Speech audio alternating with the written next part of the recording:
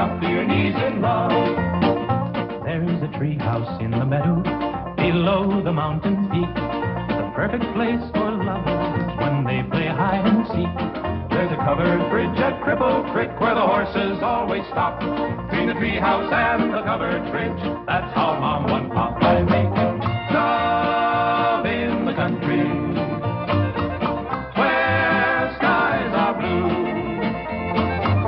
All you'll be dreaming of are the birds and the bees and the flowers and the trees till you're up to your knees in love. There are roses on the trellis and the scent of new mown hay. The clinging vine is jealous on the fence across the way. There's a great big yellow moon above and a breeze to sing a song. Between the roses and the yellow, a fella can't go wrong if he makes love in the country where skies are blue. All you'll be dreaming of are the birds and the bees and the flowers and the trees till you're up to your knees in love.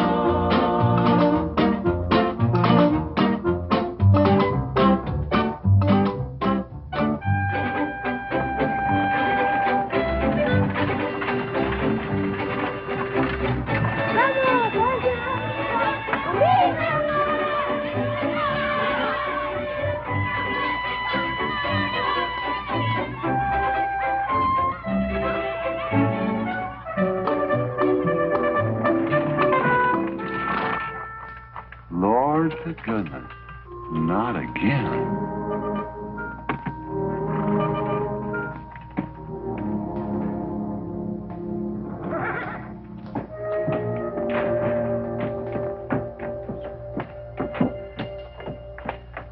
Howdy, Drago. Morning, Curly. Makes 7 times this month he come home swoggled. 6. 7? 6. Once was his birthday. That don't count. Give me my bucket. Didn't have anything for breakfast but 2 raw eggs and a mug of honey. No. Curly, Yes, boss. don't say it's a fine morning or I'll shoot you. Get out of here, Bunyan. Good morning. Morning. Carlos, what are you doing up there? I hope I get it this time, Mr. McLintock. My brothers, they got the big hats already.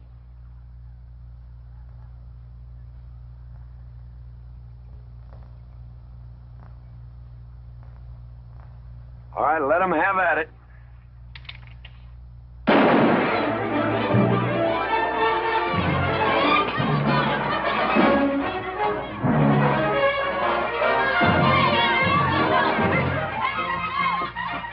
Get over it. Did you let me drive? You promised me you would sometime. No, yeah. Boss, you better watch that turn onto the road. You're gonna kill both of us one of these days. Thank you, Mr. Boss.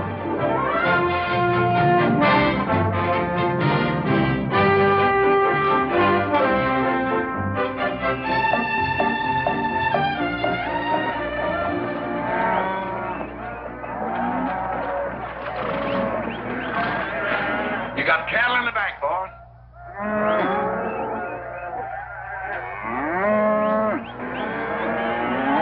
Yeah.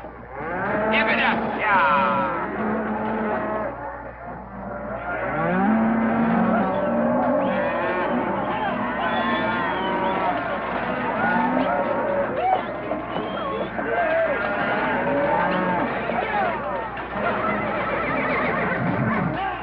Keep 'em going. 15 cents a pound all the way to Kansas City. Yeah. Yeah.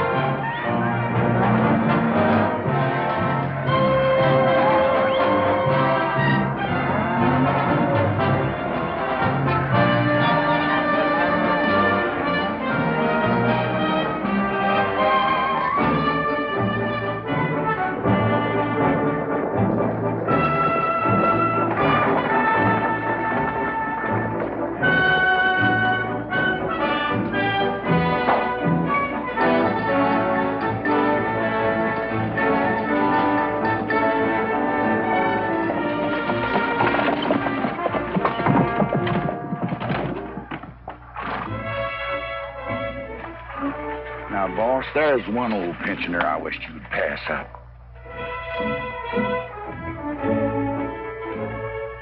Bunny? Yeah. I knew where I'd seen his face before. He's an old timer. He's just been around town a couple of years. Oh, you have no milk of human kindness. Morning, Mr. McClintock. Morning, Bunny. Well, I can see you're in good health. Never felt better. Contrary to what you may hear.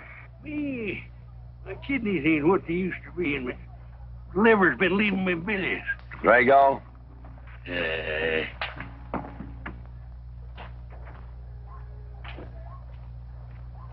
Hello, Ben. Hey, McClintock. Drago, throw that in the buggy. Yes, sir. The scrubby bunch of Sooners, huh? They are at that. That ought to make Douglas happy, lining his pockets with land fees. What are we gonna do? I don't know what you're gonna do, Ben. Me, I do nothing. 200 families. Quarter of beef a week for family. If they last 2 years, that can be a sizable number. I got 20 head to 1 of any other brand on the Mesa Verde. I'm not hollering. Some of us haven't got all the money in the world. Some of us ain't old and tired and feel like being put upon. You interest me, young Ben. Go on. So the first time I find one of our hides wearing our brand hung on one of them settlers' fences, I aim to kill me a plowboy. You do what you want, McClintock. We'll do what we want. Fellas my age generally call me GW or McClintock. Youngsters call me Mr. McClintock. All right, Mr. McClintock. Not because I'm afraid of you. You're the big he-stud of this country. And I reckon a fella my age should call you Mister. Full grown now, GW. He's a half owner of the spread. I made him a full partner the day the doc gave me the long face. Well, you want him to vote the first time this territory becomes a state, don't you? Of course I do. These settlers get burned out, there'll be a lot of hollering that this country's too wild to be a state. We'll go on being a territory some more, with a lot of political appointees running it according to what they learned in some college where they think that cows are something you milk, Indians are something in front of a cigar store. I'm looking to you to hold young Ben down. I'll do what I can. Come on over to the house once in a while. We'll rack up a few hands of stud. GW, that'll be just fine.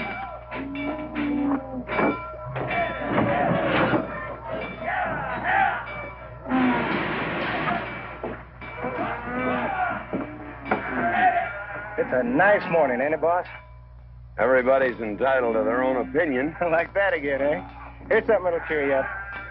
About 1,000 head. I figure they'll bring about 1,250. They're not as fat as I'd like to ship. They all off the North Range? Yes. Settlers. Every one of them with a plow and a Bible. Not the slightest idea what terrain is for. Drago! Drag out that hog leg. Yes, sir. Get me some attention. Yeah! People! People! People! People!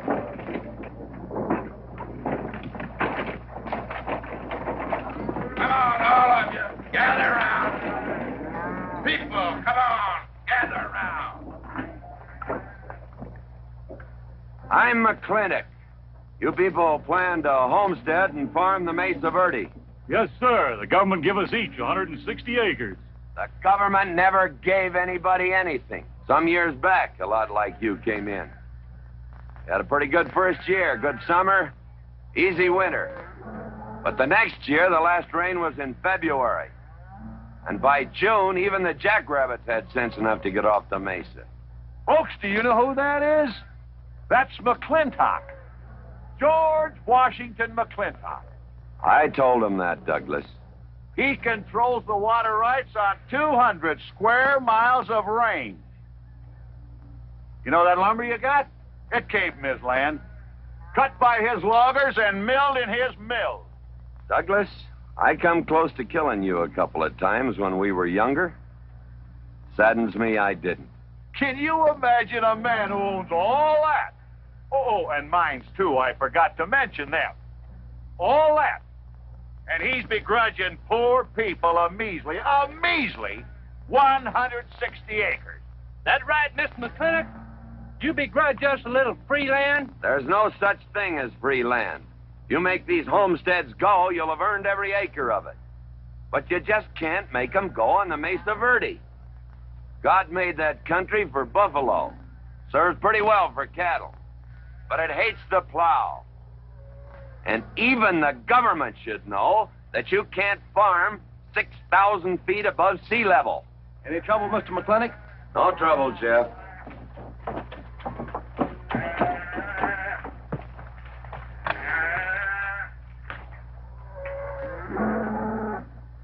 How about you, Douglas?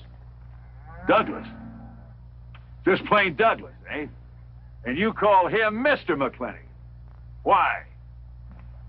Well, Douglas, I guess it's because he earned it.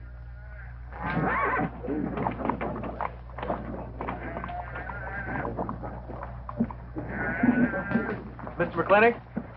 Yeah? I'm a good hand with cattle, Mr. McClintock. I'd like a job. Well, you look strong enough. You come in with those Sooners? Well, yes, sir, but we don't have a homestead. And... Can't use you.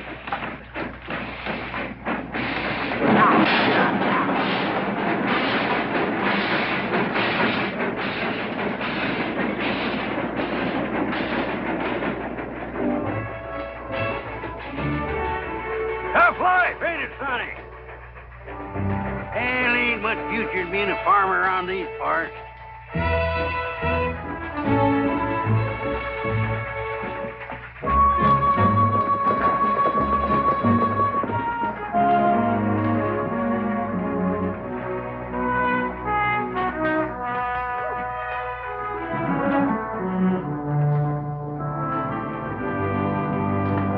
Ladies, this is the finest Chantilly lace available anywhere.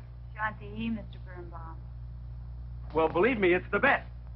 Oh, excuse me, please. Look around. Take your time. Drago, I got 1,000 Havana cigars and 12 of those hats for you over there. Them bell big hats ain't gonna last long the way some folks have been dipping into that red eye these days. Uh-oh. Good morning, G.W. Good morning. I stole some stick candy.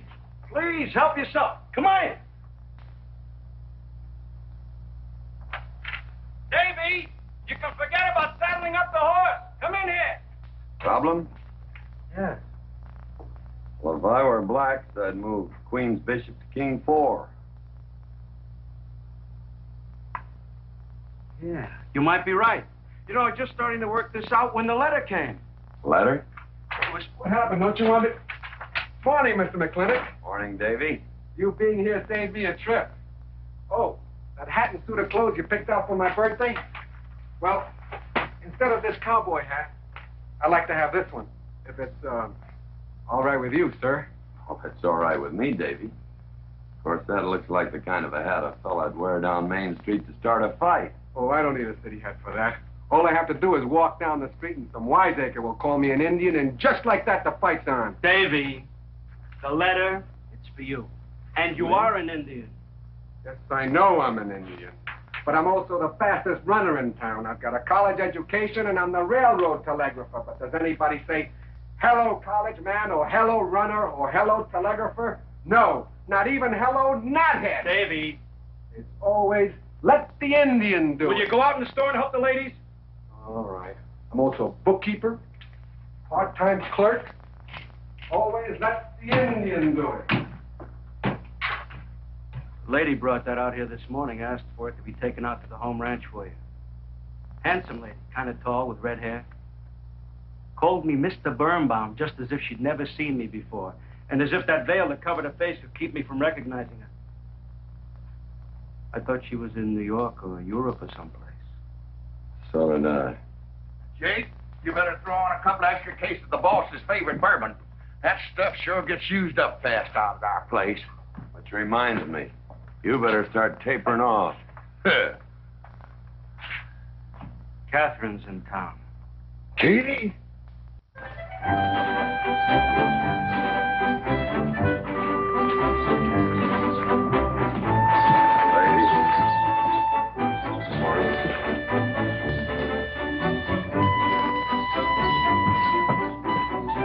Clifford. Morning, Mr. McLaglen.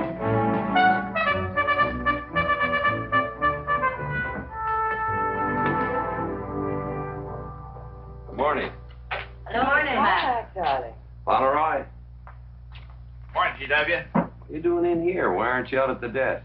Helping out the bartender. Yeah, I see a busy day. Give me the key to room 17. What? 17, and don't advertise it. Here they come, Mr. McClintock.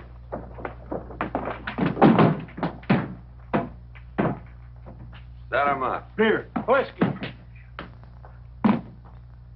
Day off? Off day. Wonder what he's so preoccupied about. Haven't you heard? No, what? Katie's back in town. Katie? Yes, dear. The social arbiter. Well, hi, Sonny. Good morning. Oh. He sure is a polite one. Mr. McClintock, I don't want to bother you. I'm sorry, boy. I told you, no job.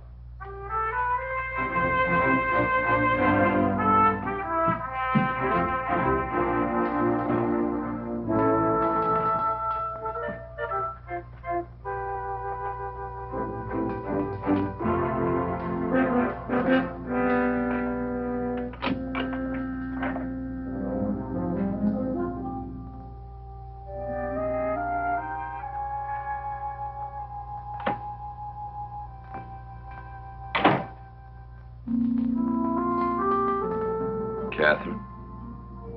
George Washington McClintock.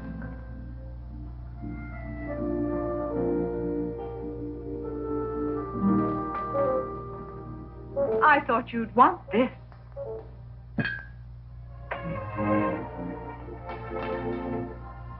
First dig of the spur. But who am I to upset your plans? Don't you feel kind of silly? I never feel silly. It's because you have no sense of humor.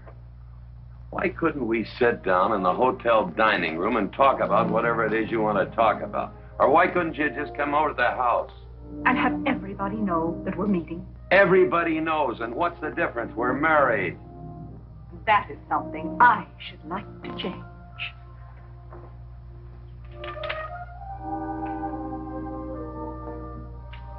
You know the answer, Katie.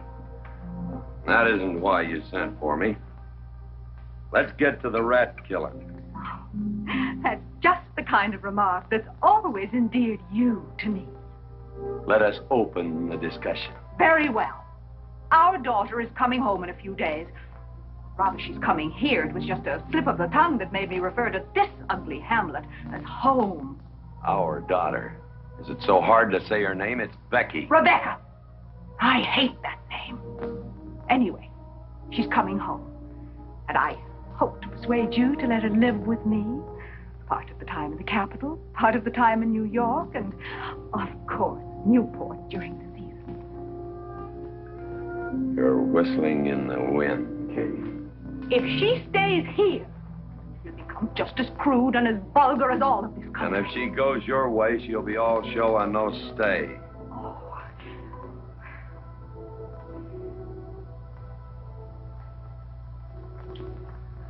No go, Kate. I hate you. Oh, how I hate you. Half the people in the world are women. Why does it have to be you that stirs me? Animal. That's the story. I saw your picture in the paper at the governor's ball. You were dancing with the governor. At least he's a gentleman. I doubt that. You have to be a man first before you're a gentleman. He misses on both counts.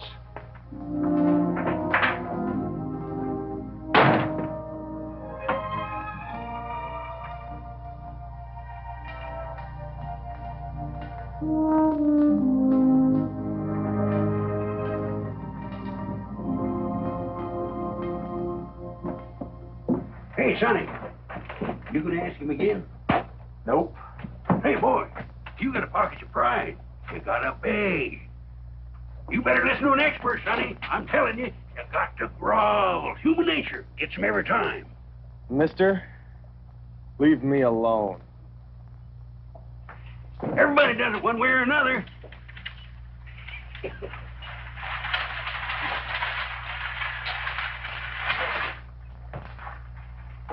About that job, Mr. McClintock. I already told you, son, I've got no need for farmers or use for them. Just 1 minute, Mr. McClintock. My father died last month. That's how come we lost our homestead. I've got a mother and a little sister to feed. I need that job badly. What's your name? Devlin Warren. You got a job, son. See my home ranch foreman. He's over at the corral.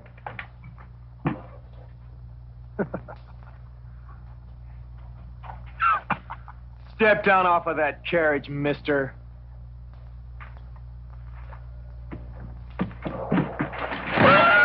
Hold that hog leg. I've been punched many a time in my life, but never for hiring anybody. I don't know what to say.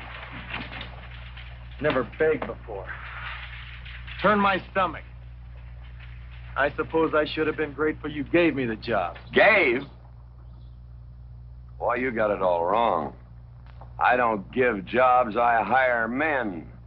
You intend to give this man a full day's work, don't you, boy? You mean you're still hiring me, Mr. McLaglen?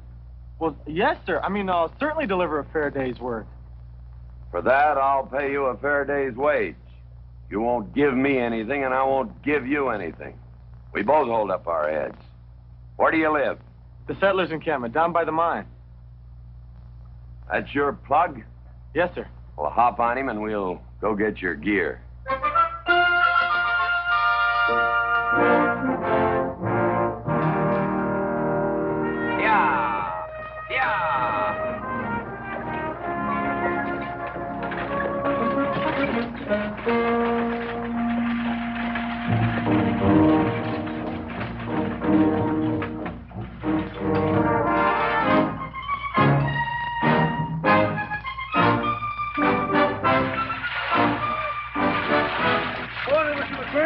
Morning, Mr. Poor Boy.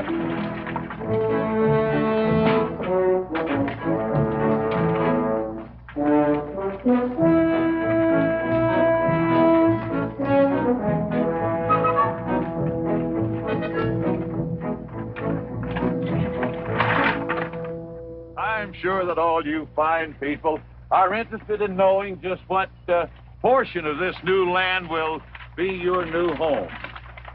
Oh, Jones and McAllister, since you've been more or less the leaders of our group, I'd like to have you come up and check the exact location. Won't be a minute, sir.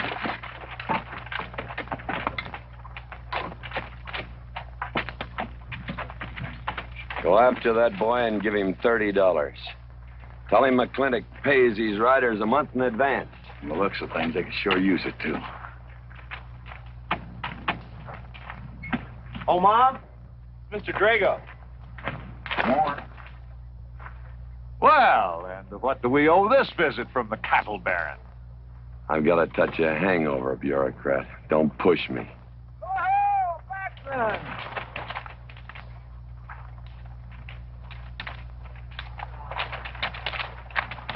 Say, those are Indians. Are there Indians in this homestead land? Friendly Indians, my boy. Oh, McLaglen! Oh, running buffalo. Oh, McLaglen! Long time we don't get drunk together. And it's going to be a lot longer time, because it's against the law and you're with the sheriff. And if I got my hands full, they came into town to meet the train. The old Indian chiefs are coming home. I heard they'd been pardoned. They don't know when it's arriving, this week, next week, or next month. So in the meantime, I've got to do something with them. Could I cut out a couple of head of your steers to feed them? Otherwise, some of these settlers' milk cows are going to disappear. That's right, McLaglen. Cut out whatever you need. Sheriff, are you going to camp these savages with all these settlers? You're asking for trouble. Mr. Douglas, I already have plenty of trouble. Please stay off my back. Running buffalo. Bring your people over to the clay slide. Go. Hello, Mr. McLaglen. Tiny Mouth, it's nice to see you. You wouldn't believe it now, but 20 years ago, she was a mighty handsome maid. 20 years ago, you thought so too, Mr. Douglas.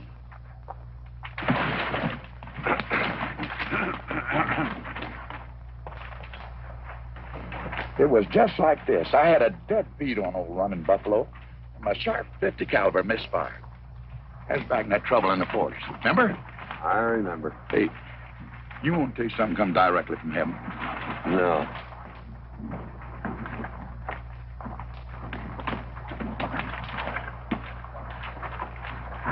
Where'd you get this? That boy's mama baked them.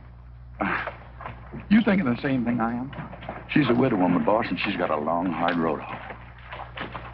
Hire her.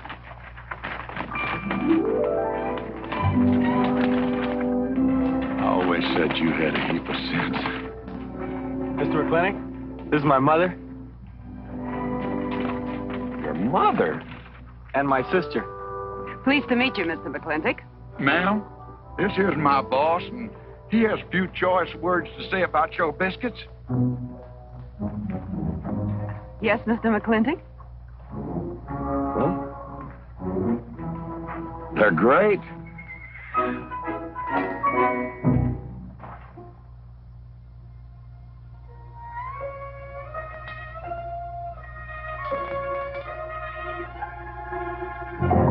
Well, you old Cantonese reprobate, how about it? You fire me?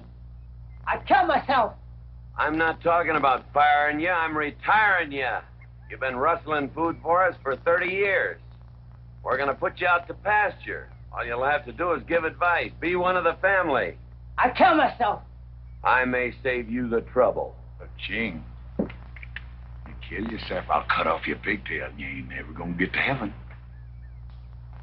I'll be one of the family. I give you my solemn word. But you call me family. Drink too much. Get in fight. Yell all the time. Cut off his pigtail. All right, I'll be one of the family. You believe that? Family, you believe that?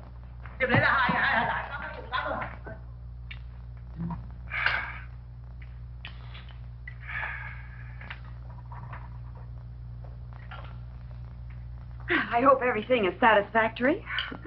This is such a big house, it'll take me a while to get used to things. Now, please don't hesitate to tell me if anything is wrong. No bird's nest soup. Otherwise, it's fine. Everything is nicely, finally. Fine. Ma'am. Best apple pie I ever had. Curly's right, ma'am. Hated to leave that last bite. Shall we celebrate with a drink?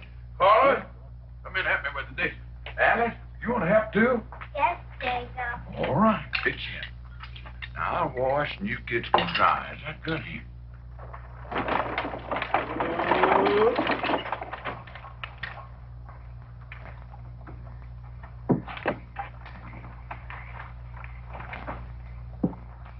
Don't seem possible one woman could use all them clothes. You keep a civil tongue and your unprepossessing face. Yes, ma'am. And unload my baggage, please. Yes, ma'am. By the way, what does that word unprepossessing mean?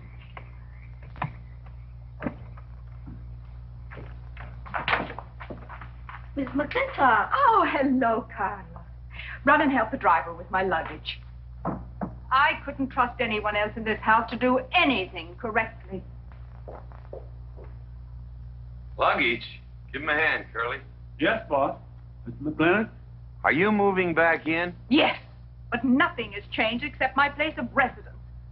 And I'd be willing to put up with savages rather than be denied the company of my daughter. And I'm proving that by moving in here.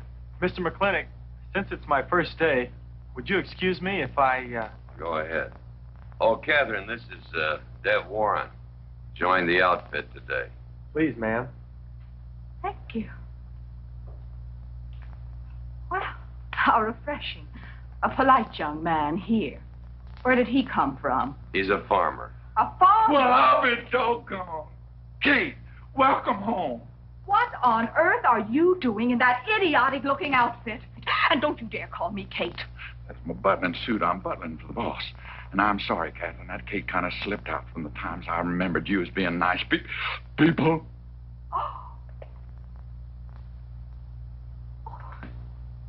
Are you going to stand there with that stupid look on your face while the hired help insults your wife? He's just ignorant. He doesn't know any better than to tell the truth. And I can't help this stupid look. I started acquiring it as you gained in social prominence. Mrs. McClintock, where do you want I should... What? Put him in the master bedroom. Yes. But move Mr. McClintock's things into another room. Oh, the one back of the stairs would be best so that he can't wake up the entire household when he comes home every night. Just before daybreak. Yes, ma'am. Oh, excuse me.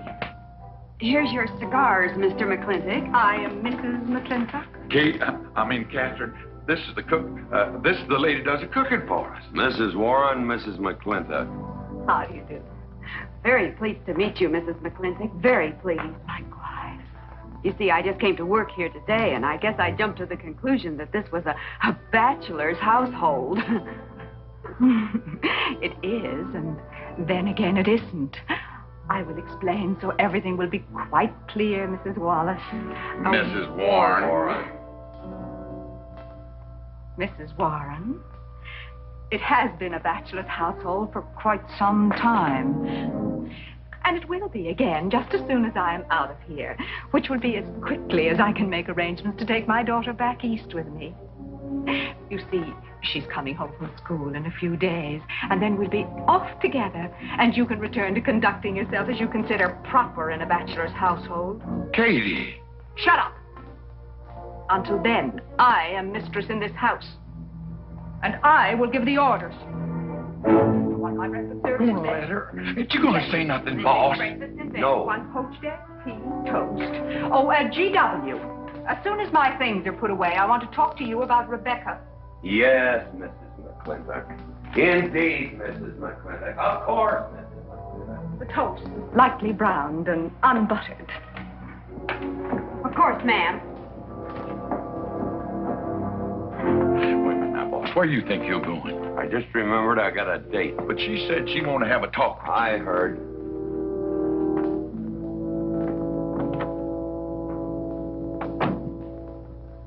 Good evening, Lem. Evening, Mr. Mac. Yep. Say, Mr. Mac, what does unprepossessing mean? I was called that once, Lem. Looked it up in the dictionary. Best you don't know what it means. Uh-huh. Thank you. You're up.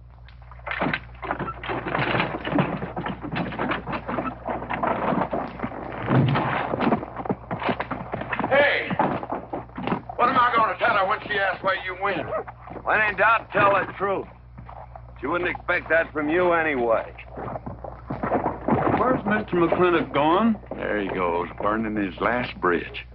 You see a yellow streak about a foot wide running up down his backbone. Well, Mr. McClintock? He ain't afraid of nothing. I once thought that.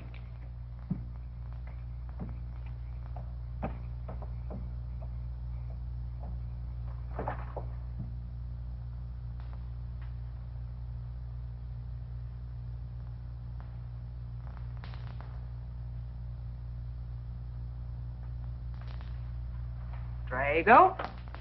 Yes, ma'am. Was that, He took off, lit out. I told him I wanted to talk to him. Ma'am, I was standing right over here when you said it, and I was standing right out down those front steps when he walked up to a horse, grabbed a hunk of mane, stepped up on him, and sunk spur. Where did he go? Last time I saw him, he was going east, but you know him, he's liable to go north, south, or west. Get me a carriage. Yes, ma'am, but But what? maybe you shouldn't follow him into maybe where he's going into. What does that mean? Oh, but I wish I hadn't said it. Just get the carriage. Yes, ma'am.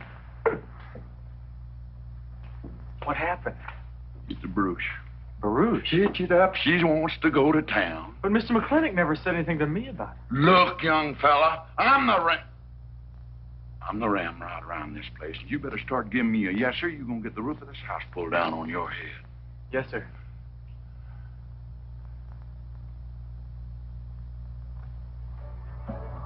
Hello, lady. Hi, Mr. McClintock. New broom, eh? Big, please. Hello, Bunny. How is everything? Oh, fine, Mr. McClintock. I'll get you next time.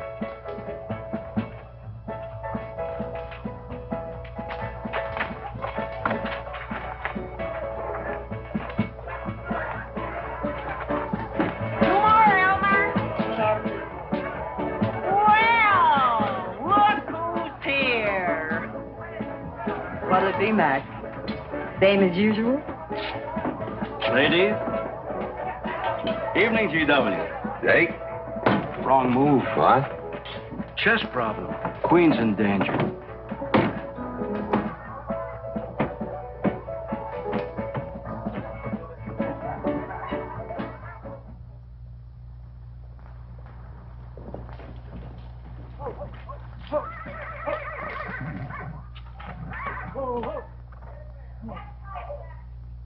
I suppose you can do that. Camille, you're on your own. Mr. McClintock?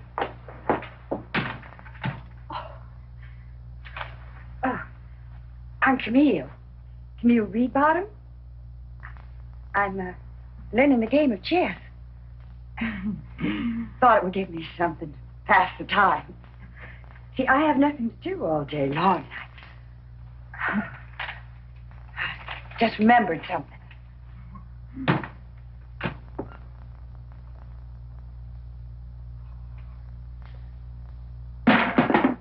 Catherine, I didn't hear you come in. Mr. McClintock, I told you that I wanted to talk to you. Not now. Could I get you a glass of sherry, Catherine?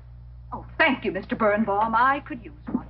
I came into town behind a runaway team. Drago never could handle horses. That young man whose mother pretends to be your cook. Catherine, your wife. Oh, thank you, Mr. Birnbaum.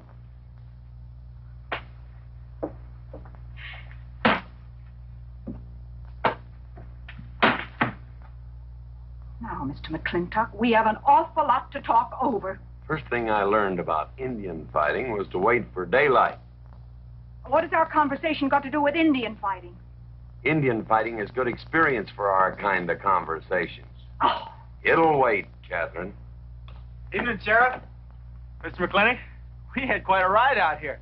Oh, I finally got that team settled down. Sure move. No, it's your move. I just canceled. Oh. Now, look here. You're not going to sit here all night long and play chess when the matter of our daughter remains unsettled. I am going to remain here and play chess, and the matter of our daughter is settled. She stays. Oh, such stubbornness. Catherine, your hair. Oh, it is a mess after that awful ride. No. It's just that I haven't seen you for a long time. And it seems to me the last time I saw you, your hair was a little darker, no?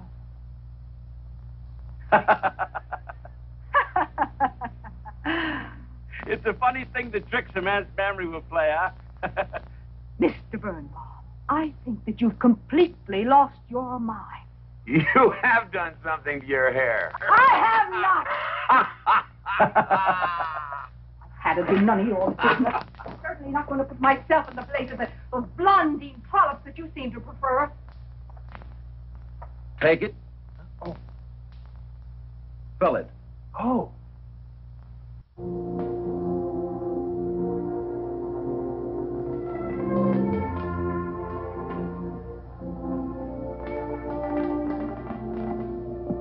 Morning. Fellas still at it all night. McClintock never quits. But a Birnbaum has to. Besides, the game is over. You got me. Oh, no, Mr. Birnbaum. You still got a good game. Oh, you play chess. Please, take them.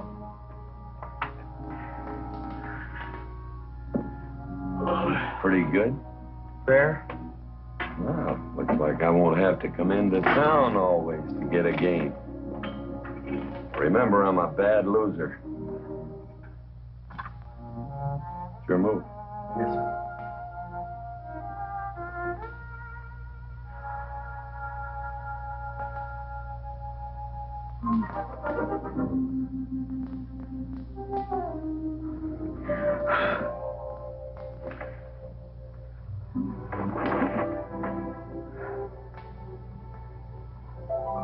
Good morning.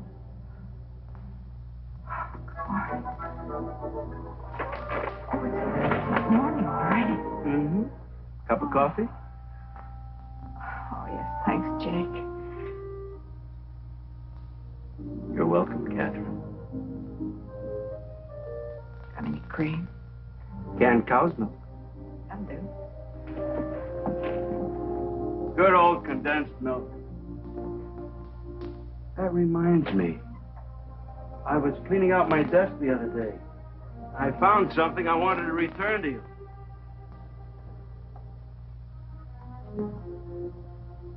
Here it is.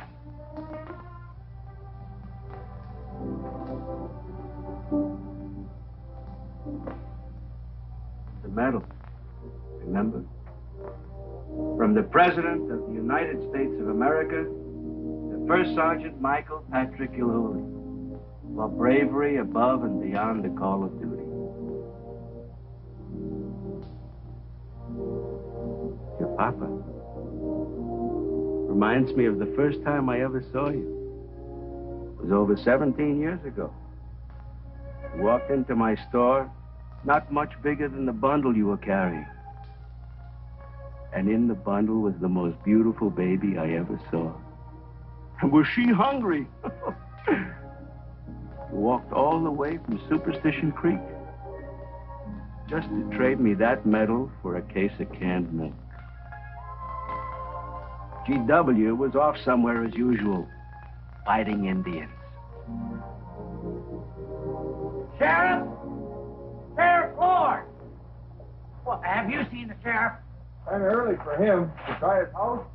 Why did I think of that? Looks like Birnbaum's is open. Maybe somebody in here knows. So there you are, Sheriff. I told you you were headed for trouble. Trouble? I want to know by whose authority you let those Indians stay in town. Those savages are wards of the government, and I am the representative of I that told Sheriff Lord that he could put him up down to the clay side. Because the town's named after him, he thinks he owns it.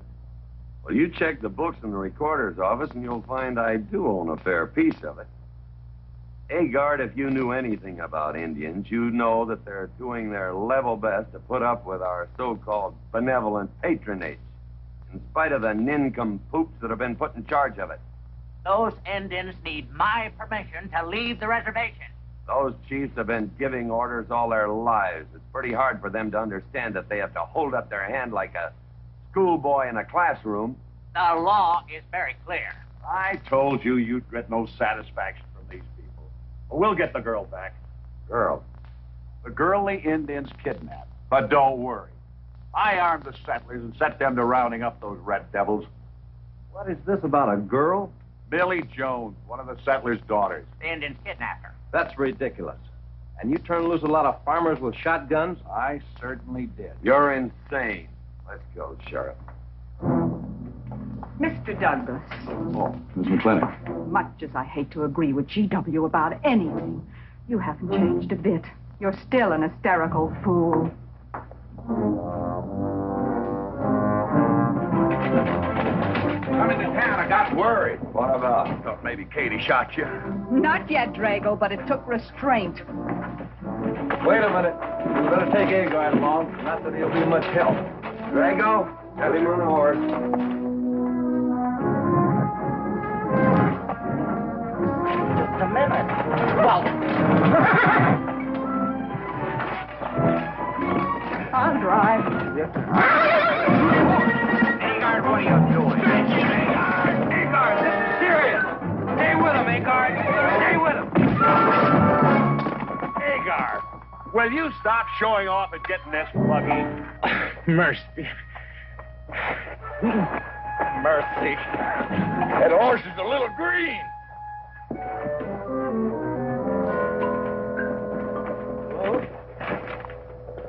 Let's go. yeah.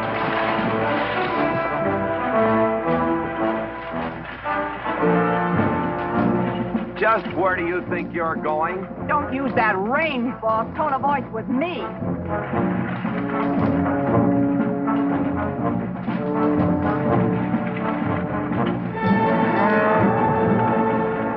Carter! Headed for Mr. Poor Boy's mine. Mount up some riders. Right, boss. You heard the man. I don't like it, Mr. McClintock. I don't like it one bit. What don't you like? They're planning to hang an Indian.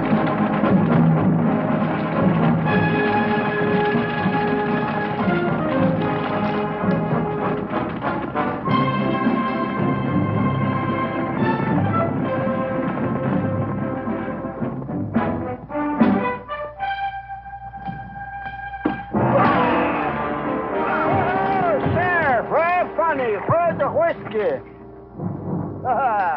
Hold that. Not so fast, Mr. Boss of the whole country. Unless you want to wear a big hole in your middle. How long is GW going to let that cheat-chalker push him around? That cheat-chalker has a sawed-off shotgun. How do you know she didn't wander off someplace or meet some fella or something? What are you saying? That I didn't raise my girl right? That she'd wander off all night with some man? There's a lot of things I'm not saying to you, mister. Well, you got a sawed-off shotgun in my middle. But how do you know this Indian had anything to do with it? She's gone, ain't she? She's gone. Pa! Pa! I'm over here! Pa! Been looking for me, Pa? Where you been, gal? Young Ben took me for a sunrise ride, and the horse wandered away. You come down over there. But, Pa!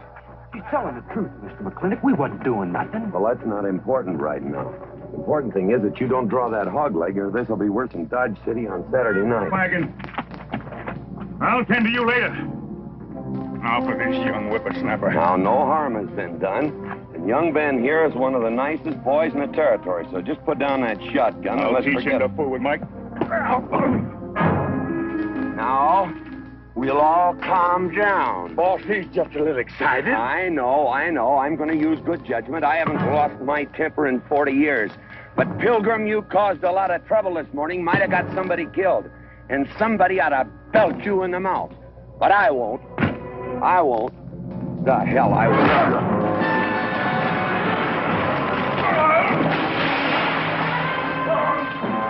Mclintock Rider!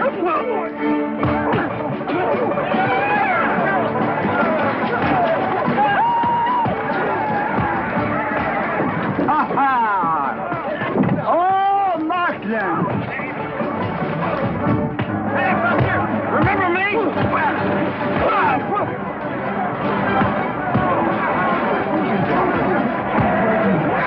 Hello, sir. Nice party.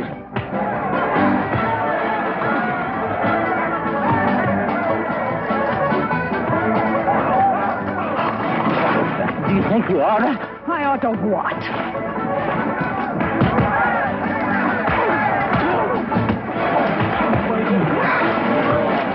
Why, you fighting?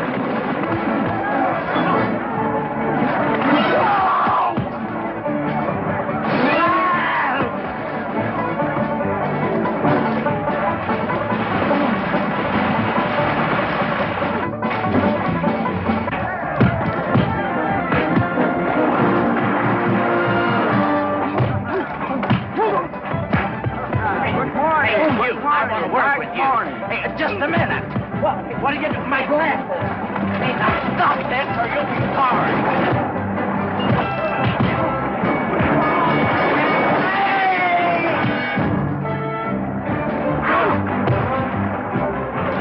Stay out of this, Jake. It's everybody's war.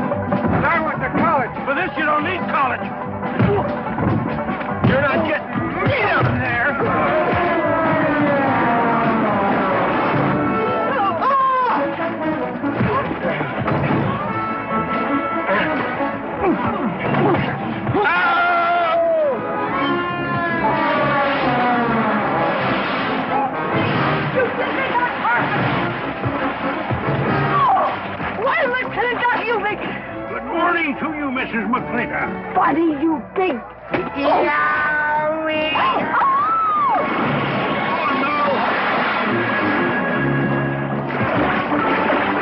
G.W. McLintock, you mistake me clumsy.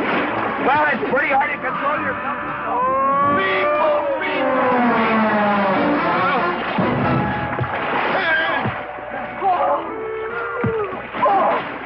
Oh, Macklin.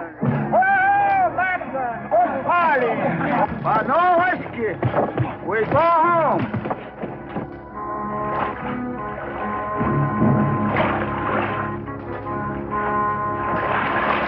You and your friends. Well, we at least saved your hat.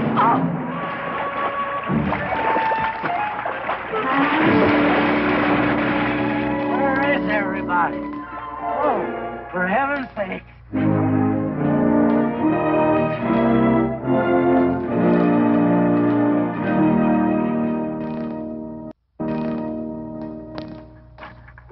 Whoa. Drago, will you never learn how to handle a team? Yes, ma'am, I'll sure try. I'll tell you that now. Try me, Sammy. You want to lose your pigtail? I lose faith. Lousy lot of him. You want to lose more than that. Kate, Yes? We could be a big help to one another. Like what, may I ask? Oh, we could wash the mud off of each other. We used to have quite good times doing that sort of thing. There are a lot of things we used to do. Good night, Mr. McLintock.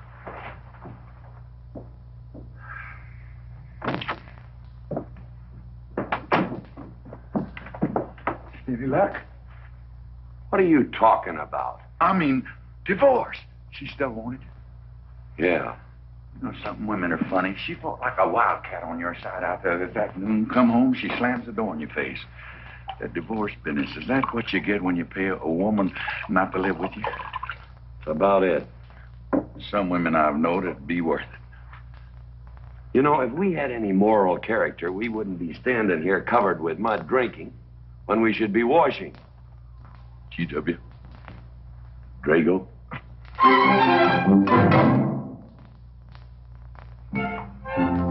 Miss Warren, these biscuits. Oh, thank you, Drago.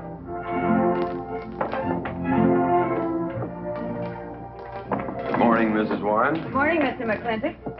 Breakfast for the boss? If that's the way you want it, Mr. McLintock.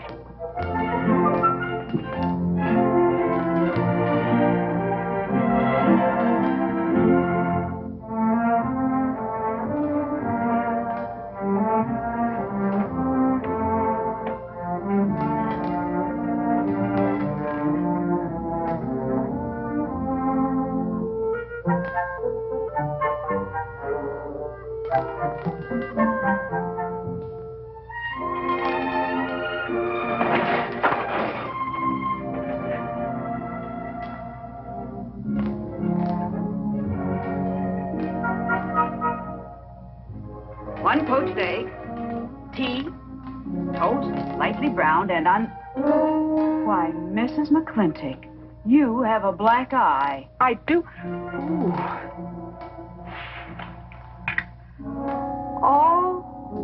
Oh, and Becky's coming home today. And that's not all. There's a little something we'd better get settled. There are no men listening now, so we can be ourselves. Oh, sure, I let you get away with all that guff the other night. But now that we're alone... When I want the opinion of the hired help, I'll ask for it. You know, you could wind up with 2 black eyes. What? Oh, I realize you had to put on that big act. We always have to just before we get ready to forgive them. Generally for something they haven't done. But you and I both know that's just to keep them from getting the idea they run things. McClintock give you that black eye? No. Nobody gave it to me. I want it.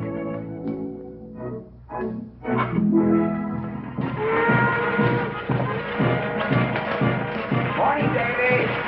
Morning, Mrs. Beach. Mr. Beach.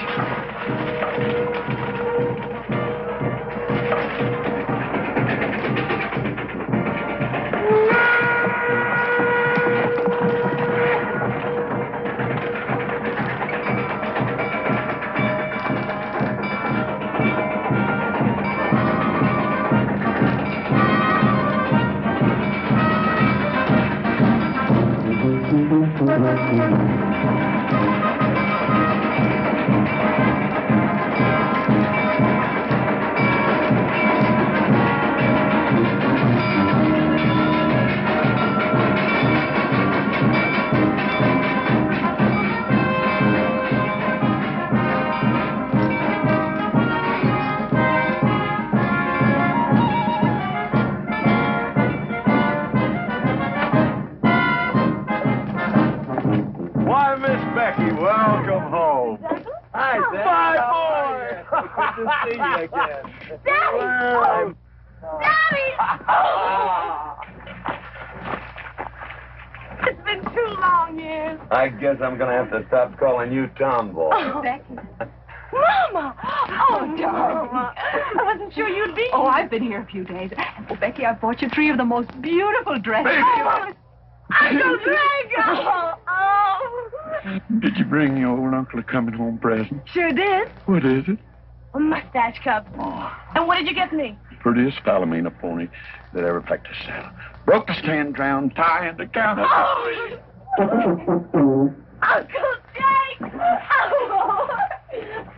What are you doing in Mr. Douglas's tuba? Oh, Mr. Douglas had a little accident. I brought you a whole shipment of licorice sticks.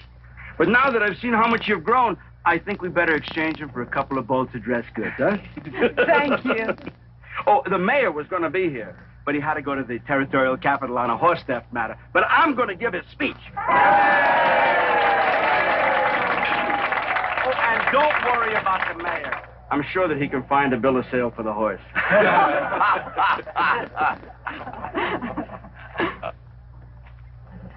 Ladies and gentlemen, we are here to welcome the fairest... What am I doing? We are here to welcome back the prettiest girl that was ever born in Mclintock, or in any part of the territory.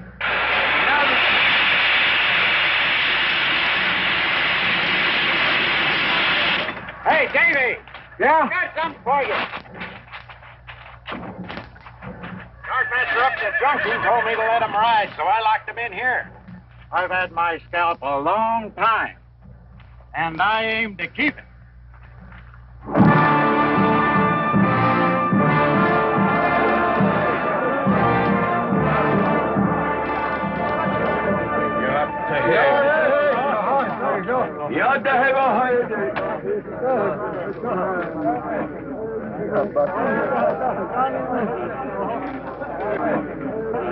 And now she's come back to us. Gone are the pigtails, but the freckles are still on the prettiest face that was ever born in Mclintock.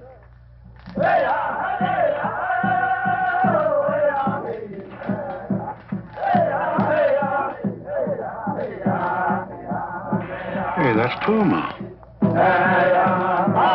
And it's true. The government did turn them loose. Good old Puma. I'll never forget when he brought G.W. home.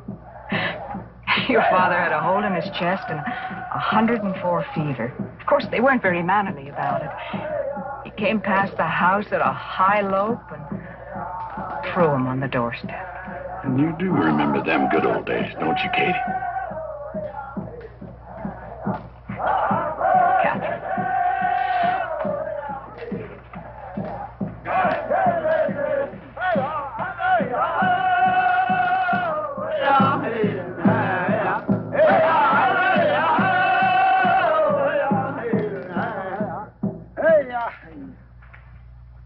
Yattahe, my friends. Yattahe. Puma, honored enemy. Does big Mclintock forget, but also blood brother? No, I'll never forget that. All wound. Does it hurt still? I feel it when it comes on to rain. An inch higher and I wouldn't have had to worry. Big Mclintock, that was remembered fight. We return with news. Our people have more trouble. You see, I learned good English now, Big Mclintock. Learned in white man's jail. But we would have you talk our cause at government hearing. I understand that Governor Humphreys is going to preside at that meeting. Yes, Puma, I'll translate your wishes. Mr. McClintock, could I impose upon you to use your Comanche to tell these Puma chiefs... is chief of the Comanches, and he speaks English very well. Oh, well, your people will have to follow my instructions to the letter. It is the law of the land. Well, now, just a minute. Well, for heaven's sakes.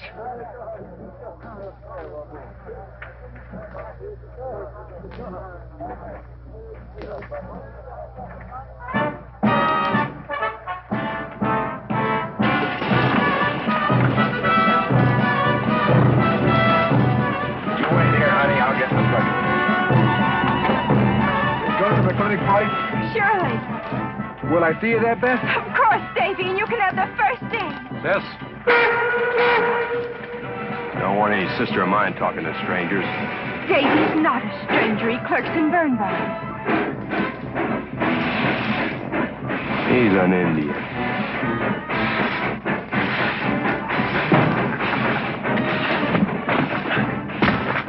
Darn you, Drago! Now look what you've done. Baby, this is Devlin Warren. He works for you, Papa. Dev, this is Miss Becky McClintock. Those are my things. Yes, ma'am. Oh, I don't know you anywhere, Miss Becky. What do you mean? Oh, I mean, you look so much like your mother. Or even prettier. Oh, Mr. Warren. Mother's much prettier than I am. Many a fight started with words like that. Come on, get in the boat. Hello, Ching. We got jelly pie for dinner. Oh. I'm not cooking. No, he's not.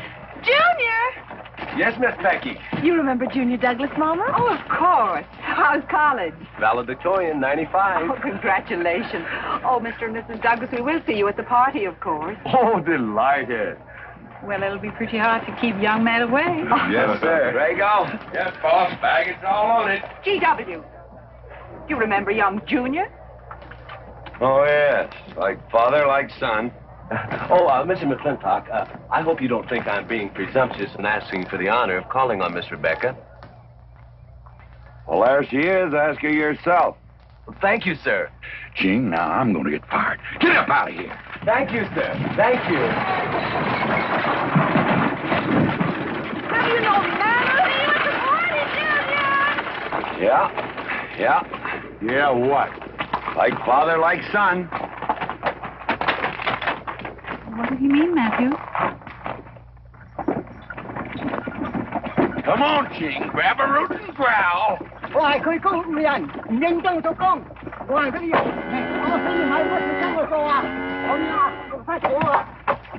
you're doing a good job, Miss McClintock. Thank you, Miss Flora. Deb, when you're finished there, go over and help Drago with the beer cakes. Yes, Mom. Deb, could you come and help me a minute?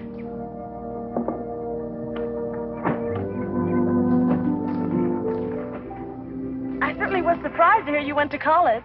Why? I don't know. Junior says Purdue's a good college for a backwater place like Indiana.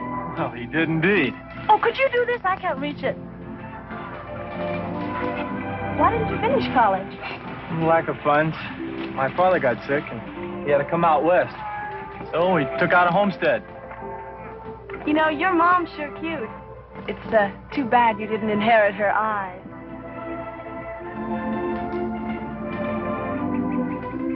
Well, you'd been lucky if you'd inherited a few things from your father. Oh, really? For instance? Just common sense, for instance. Common sense? Yeah. You don't see him being fooled by some dude like Junior Douglas. Junior's not a dude. He's nifty. This needs a woman's touch. And besides, he got a letter at college. What sport? Glee club. Very strenuous. Don't you dare hug me! I have no intention of hugging you.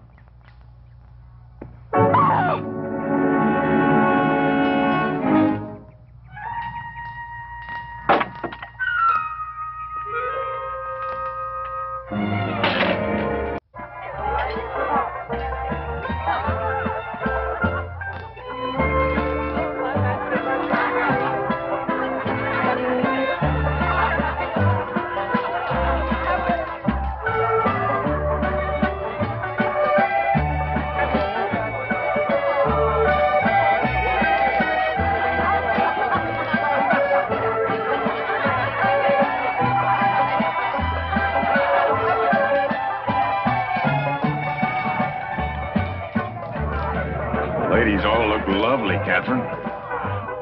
No, this is a real fine party. Oh, thank you, Ben. Of course, we had to invite everybody. Just everybody. Sorry, GW, but this one's mine. Well, thank you, Mrs. Warren. I guess I'll have to be a good host in my own home. Well, the next one's yours, Mr. Mclintock. Thank you.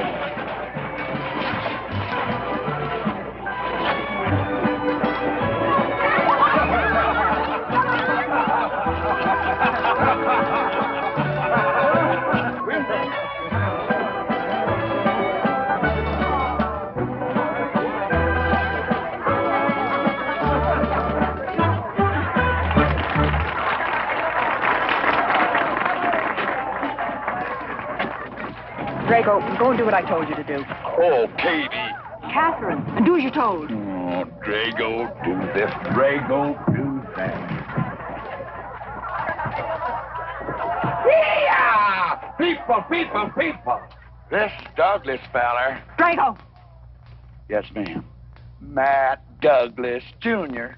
is going to bring you folks some of the latest Terpsichorean dance steps, brand new, brought by him directly from New York City. All right, Mr. Fiddler.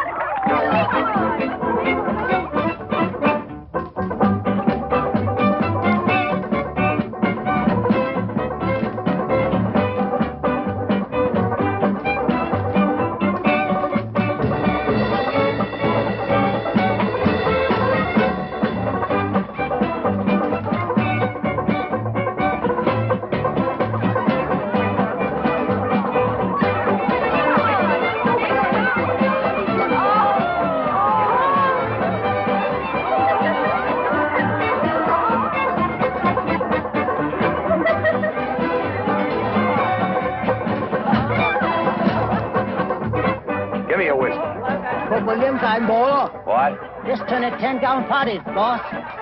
We'll run out of whiskey. Well, I can take care of that.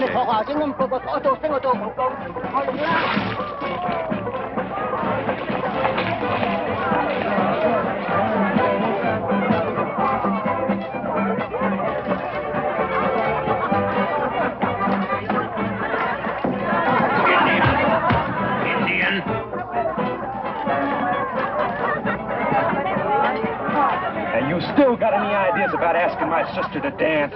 Get up and we can do this all over again. Yes! That's enough. You fought it. It's all over. Quit butting in, Birnbaum. He's a hard man at your side. Look, you fought him fair and square. I don't think it was so fair and square. Well, you want to take up where he left off?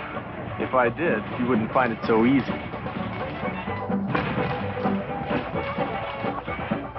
Look, now we've had enough of this. Well, when are you going to quit walking away? Just as soon as we're out of sight of the party. A little lesson I learned back home, don't fight in front of women. Well, we're out of sight now. So we are.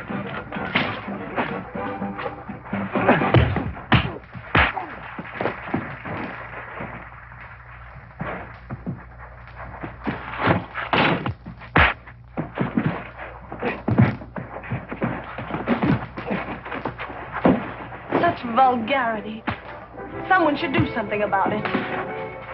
You're right. Absolutely right.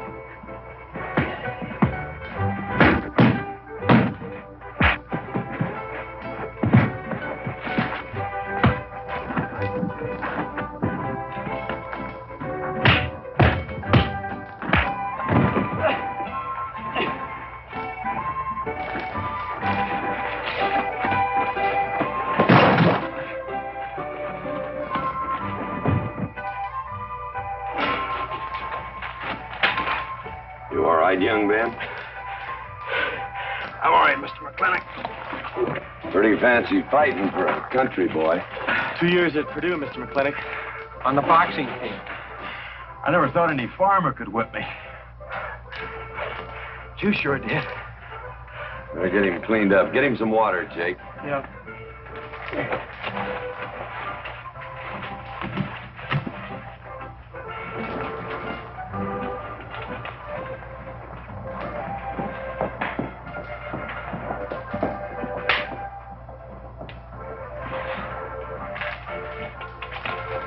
Get yourself cleaned up. Go ask that girl for a dance. Who? Oh! Should have missed one. Where is he? I'll find him, that young whippersnapper. Trouble. Where is that farmer boy? Where is he? Where is he, G.W.? Oh, so you're the young farmer boy that whipped my nephew. Well, I'm Fauntleroy Sage, young Ben's uncle. Well, I'm no farmer, but if you're young Ben's uncle, yes, I whipped him. And you're intruding. What's intruding mean? Butting in. Oh, so he's insulting me. Well, then I got another reason for walloping. Besides, on account of him thrashing my nephew, young Ben. Fauntleroy, you can't get mixed up in these youngsters' quarrel. Family honor. I can't have said a farmer whipped a sage. You're twice his size. Don't let that bother you, Mr. McClintock.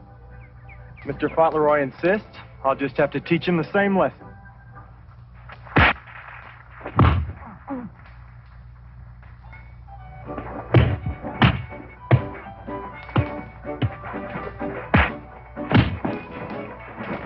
Say!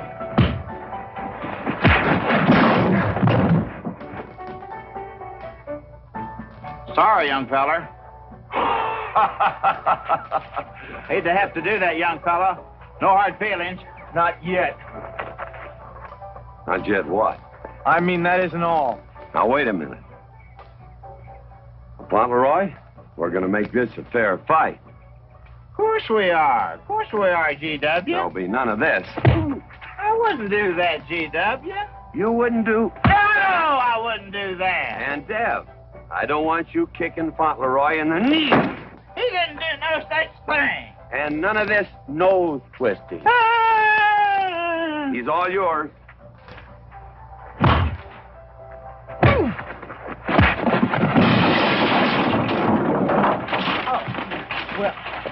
Well, where are my glasses? You all right, young feller? Ouch! I'm all right. This Indian agent will stop stepping all over me. I beg your pardon. G.W. You're just funning me. But I want you to know that boy fought me a fair fight. Well, I'm glad to hear that, Fauntleroy. Here's my uncle. Fauntleroy, what have you been doing? I hope my uncle didn't bother anybody. No bother. I think we'd better join the ladies before they get curious. Drago. Fauntleroy, let's line them all up for a dosey-do. Jake, you think tincture of arnica would help? Could be. Used to help you. Gentlemen, to the medicine cabinet.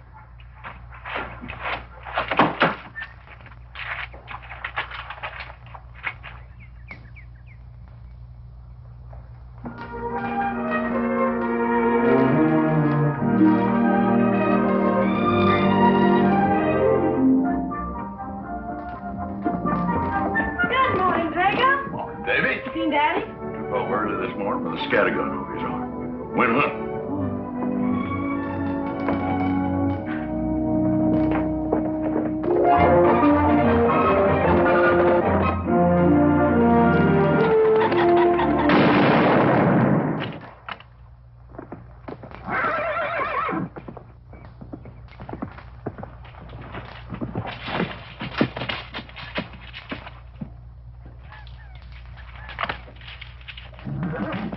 Morning, Daddy.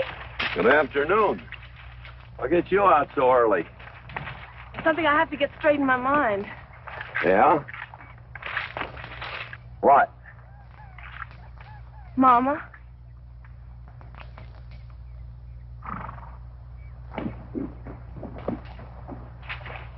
Why'd you and Mama stop living together, Daddy? Why'd you separate? Aren't you going to answer me? No, It's sort of my business, I think. I don't. Is it another woman? Usually is. At your age, you always know what's usual. Is it Mrs. Warren? Becky, I don't want to start laying the law down your first day back home. But I'll have no more such talk. First time I ever saw Mrs. Warren was last week. She has a job here at which she's very good. And I hope you'll have the good manners to not pry into other people's business. Your mother's and mine. Pretty good shot, Daddy. Oh, I can understand your trouble. Mama's often so petulant. Petulant? You learned a lot of words back east, Becky. Wish to God they'd have taught you some meanings. You were only about 6 months old when your mother stayed alone with you in a sod hut under 8 foot of snow, while I moved the herd 300 miles south to try and save it. Saved about half of it. You were a little more than a year old at the time of the great Comanche raids. We stood off 500 Plains Indians for 9 days. Petulant, Becky? I think you better go on home. See that Ching gets those birds.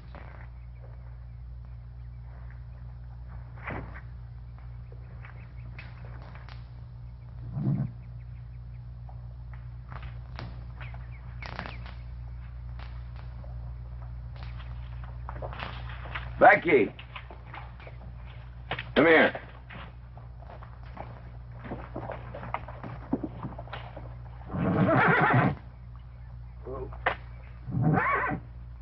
Something I ought to tell you. Guess now's as good a time as any. You're going to have every young buck west of the Missouri around here trying to marry you. Mostly because you're a handsome filly. But partly because I own everything in this country from here to there. They'll think you're going to inherit it. Well, you're not. You're going to leave most of it to the nation, really. For a park. Where no lumberman will cut down all the trees for houses with leaky roofs. Nobody will kill all the beaver for hats for dudes, nor murder the buffalo for robes. What I'm going to give you is a 500-cow spread on the upper Green River. Now, that may not seem like much. It's more than we had, your mother and I. Some folks are going to say I'm doing all this so I can sit up in the hereafter and look down on a park named after me. Or that I was disappointed in you. Didn't want you to get all that money. But the real reason, Becky, is because I love you. And I want you and some young man to have what I had.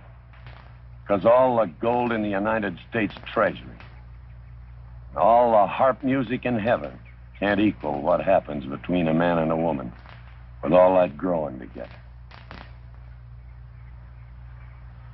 I can't explain it any better than that.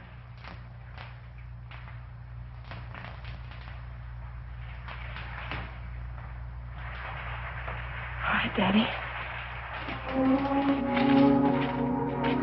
Becky.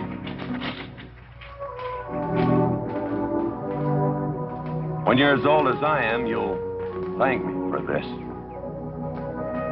Daddy, I'm full grown. I wasn't worrying about me. I was thinking about you and Mama.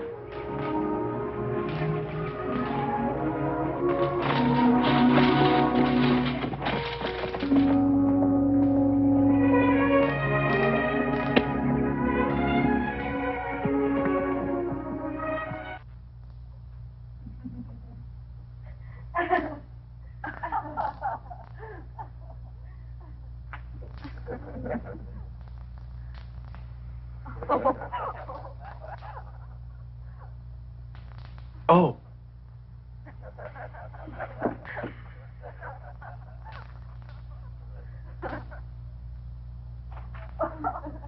Well, sir, all three of them fell right out of the carriage. Well, it's getting rather late, Becky. It's bedtime.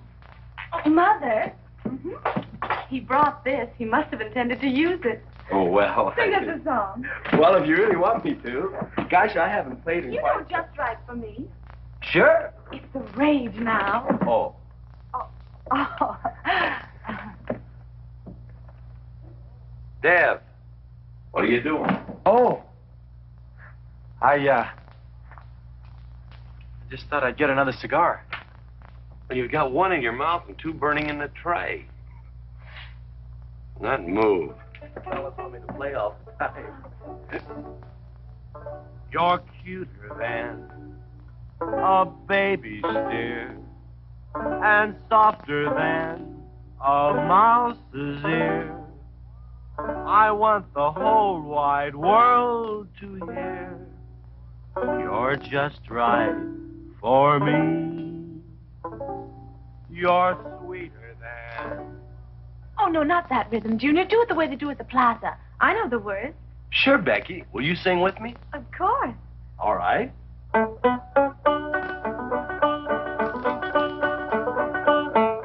I love a man who's witty and smart and clever.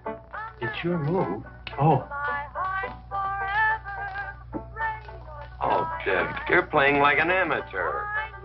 Let's call it an evening. I'd like to know where your mind is tonight. You're sweeter than the early spring or bluebells when they start to Pretty good.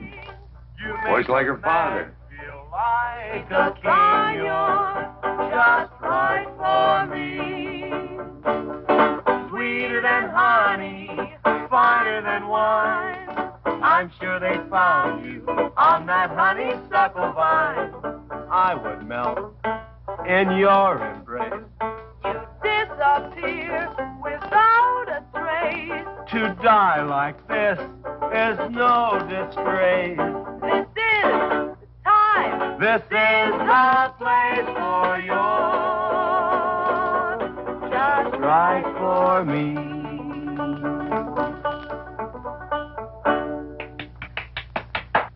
Well, so good, I kind of hate to break this up. But we're going to have that Indian hearing tomorrow morning. Sir, about our conversation earlier this evening, I believe I'd better apologize. Yeah? Yes, sir, I've been thinking it over, and when I called you reactionary, well, that's merely my generation's term for your generation. Nothing personal, sir. Oh, really? Well, good night, sir. Good night, Miss Mclintock. Good night, and do come again. Good night, Drago. Aye. Boss? What does reactionary mean? Me, I guess. He says that anyone that wanted to sell at a profit was a reactionary. Was we reactionaries back in them days when you was selling beef cattle for 6 cents a pound on the hoof? Well, no use arguing with him. College boy.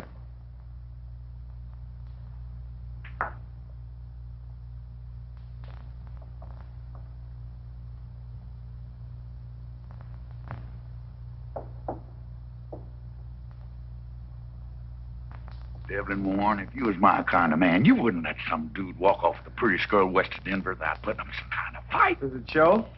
Well, what can I do? I'm just one of her father's employees. I'm just a hired hand around here. Every so often, Dev, you spill the strangest ideas. Everybody works for somebody.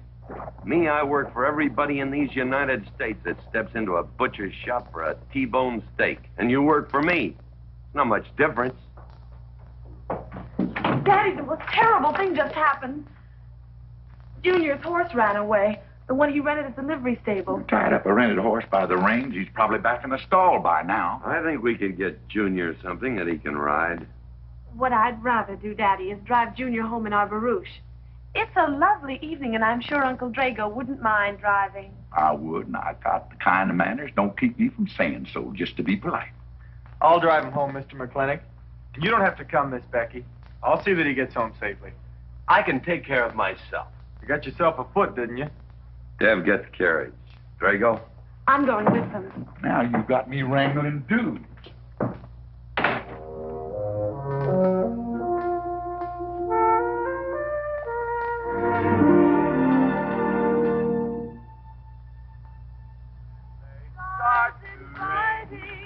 You make a man feel like a king. You're just right for me. Miss Becky, somebody better help me watch the road. You know, I'm new around here. Might take the wrong turnoff.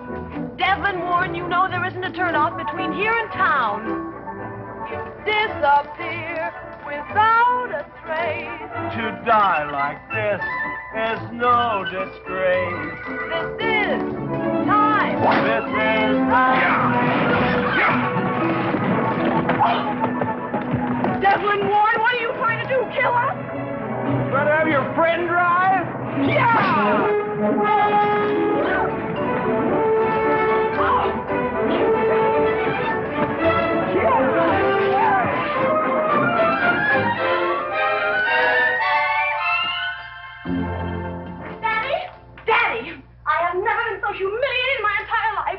I said what I said, and I'll stand by it to the death. Shoot him, Daddy. Shoot him at once. Well, why?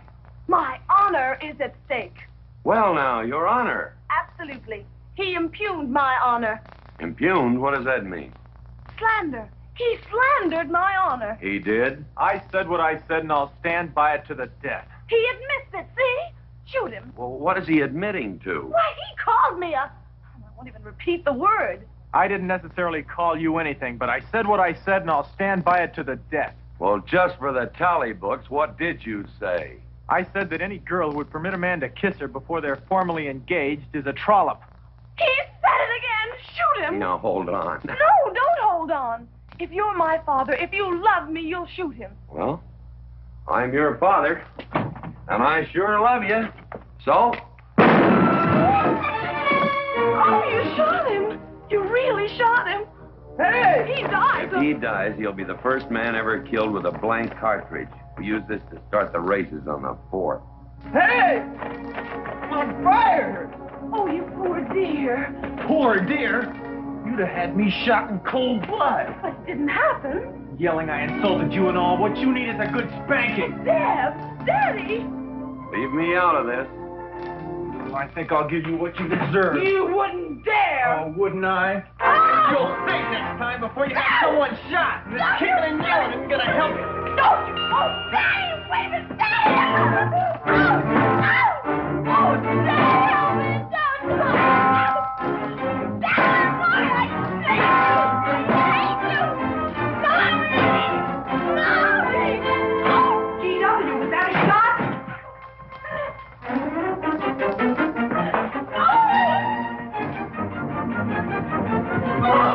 Nicky, what happened? He spanked me! You spanked my daughter? Deb. You mean you stood there while that brute beat our daughter? G.W., what's happened to you in the last 2 years? Part of valor, son. Oh, isn't it enough that you've always treated me like a squaw without subjecting dear, sweet Becky to this crude, vulgar way of Catherine, life? you women are always raising hell about one thing when it's something else you're really sore about. Oh. Don't you think it's about time you told me what put the burr under your saddle about me? I don't intend to stand here and hold a midnight conversation with an intoxicated man.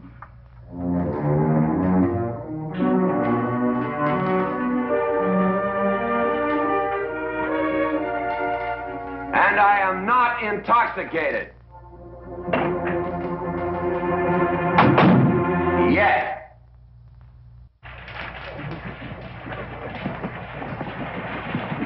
Hello, Governor! Hello, Governor!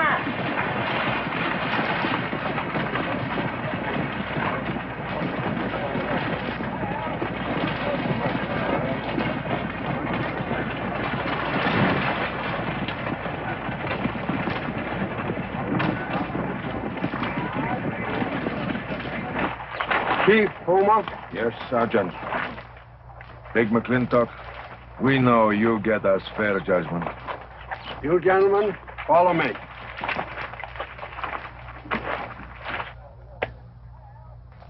Well, Jake? G.W.?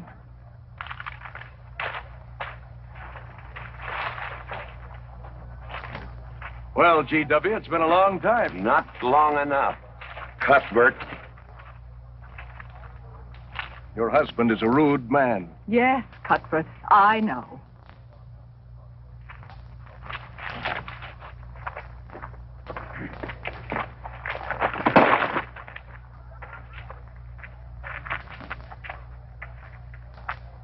Where you want the Indians, Mr. Mclintock? Mr. Mclintock is not running this hearing. Sergeant, seat those Indians. Yes. Gentlemen, be seated. Oh, the whole tribe here want to come into town. Proceed, Lieutenant. This hearing is now in session. Governor Cuthbert Humphreys presiding. Good luck, Daddy. Afraid it's a packed court. Government Edict number 826 has ordered that the Comanche Nation be transferred from their present reservation to Fort Sill. It is the government's claim, as filed by Indian Agent Agard, that these chiefs, after being released from prison by a kindly government, did then rouse and incite defiance among the tribe against said order. It seems, gentlemen, that although some of these chiefs speak English, Chief Puma is quite at home in our language, they have chosen Mr. Mclintock to be their spokesman. I speak for the Comanche. Or rather, I offer this translation. Proceed, Mr. Mclintock.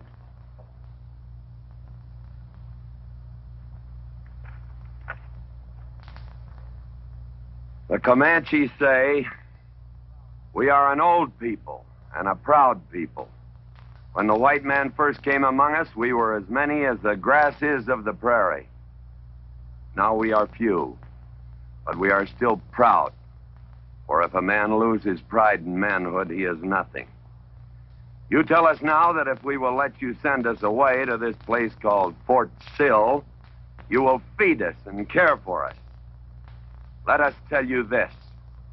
It is a Comanche law that no chief ever eats unless first he sees that the pots are full of meat in the lodges of the widows and orphans. It is the Comanche way of life. This that the white man calls charity is a fine thing for widows and orphans, but no warrior can accept it. For if he does, he is no longer a man. And when he is no longer a man, he is nothing. And better off dead.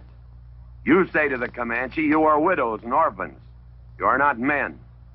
And we, the Comanche, say we would rather be dead. It will not be a remembered fight when you kill us, because we are few now and have few weapons. But we will fight, and we will die Comanche. Thank you, Big Mclintock. Am I to gather the Comanche defy the government of the United States? Yes, you may gather that the Comanche defy the United States government, or at least this commission. Gentlemen.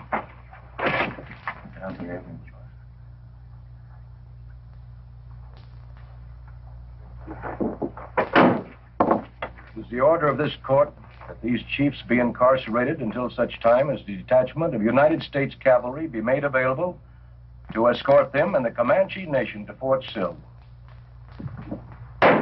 This court is adjourned. Oh, Mclintock, you are important chief amongst these white people. Sway them. Have them give us few guns to make the fight worthwhile. Let us have one last remembered fight for end of Comanche. I almost wish I could arrange that, Puma. Ahalani cha. Ahalani cha. Sergeant. Yes. First guard. Carry on. Gentlemen.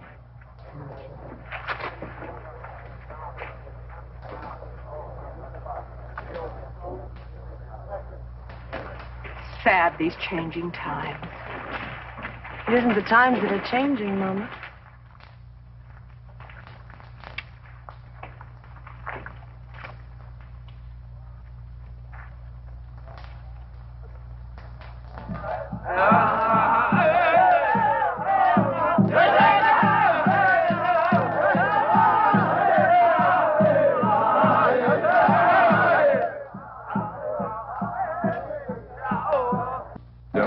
Hello, Lem.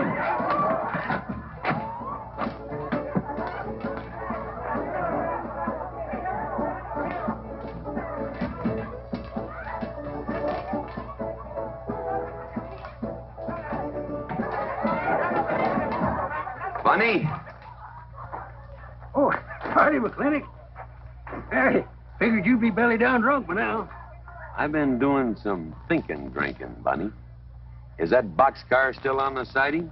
Well, sure, but... But what? Well, I don't like it. You don't, eh? You figure if them Indians get out of there and lead the cavalry on a wild goose chase, that great white father's going to get nosy. Get nosy, and he'll investigate. When they find out how that side-saddle governor's been messing things up, they'll give those Indians a fair trial. That's live ammunition in that boxcar. You know what'll happen if them Indians get some guns in their hands? Somebody's going to get hurt. Is Puma's word good enough for you? Well, McClintock, you got yourself a partner. Leave me out of this. Hey, McClintock. Good night, Bunny. Good night, Governor. There is the Katie with her light red hair, sweet as the roses on the summer air. I'll find her somewhere while the moon is high and tell her that I love her, and I'll love her till I die. Katie Gilhooly, young master's home. Katie, Catherine Gilhooly McClintock, where's the woman of the house? Mr. McClintock. Oh, there you are. Mrs. Warren. Oh, good evening. I waited up for you, Mr. McClintock. Oh, how nice. I want to talk to you about something. Delighted. 309 times straight. I beg your pardon? 309 times straight without a miss. Gotta be a record. I suppose so. Now, Mr. McClintock, what I wanted to 2 say... pound Stetson, 6-inch brim, 53 feet in the air. It's gotta be a record. I'm sure it is, but the reason I waited up... Damn it, woman. Can't you hold that glass still? Of course, sir. Now, down the hatch to my world record. Down the hatch. Yes, sir.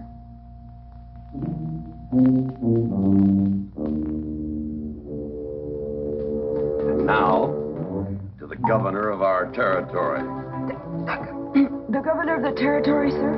Now, don't you stick up for him, Mrs. Warren. You're a fine woman, Mrs. Warren.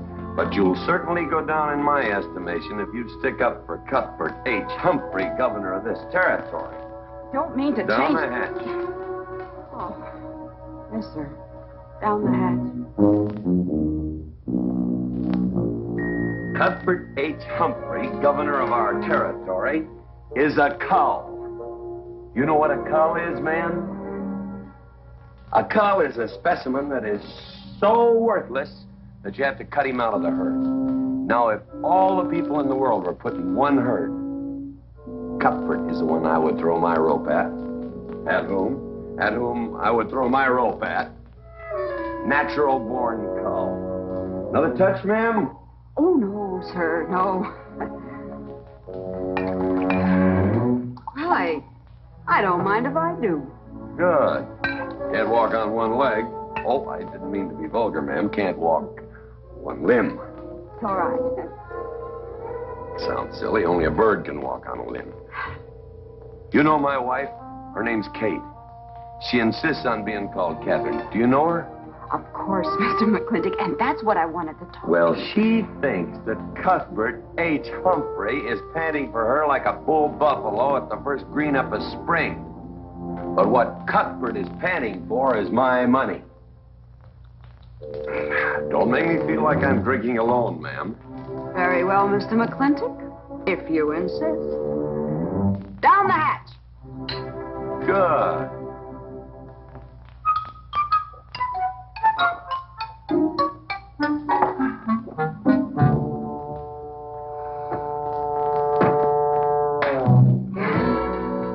Mr. McClintock,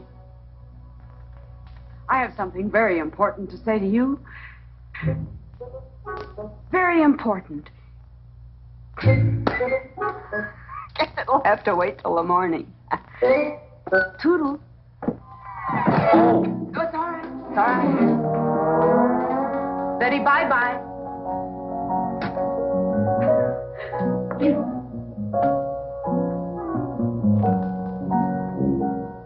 Whoops. Oh.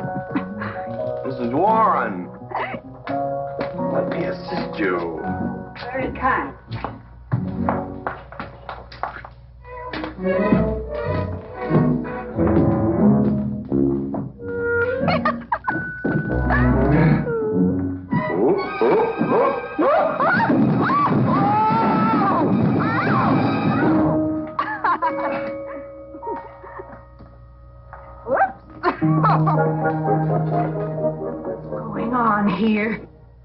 Now, Catherine, are you going to believe what you see or what I tell you?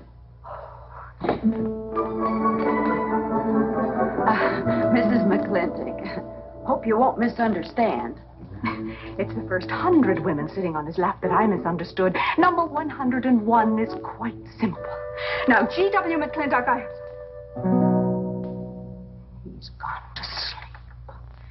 Just when I know exactly what I want to say to him, he goes to sleep. I waited up to talk to Mr. McClintock. I wanted to tell him I was quitting. You see, Sheriff Lord has asked me to marry him, and... Oh, congratulations.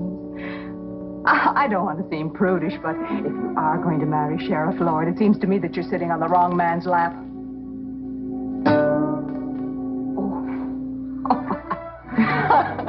Come on, I'll help you upstairs, and we'll have a long talk about men in general. Ladies, one moment.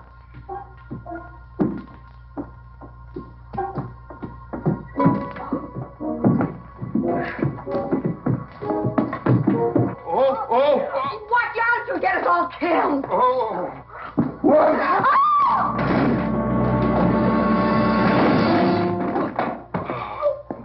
Wait a minute, ladies, till I catch my breath, and I'll get you up those stairs as sure as my name is George Washington McClintock.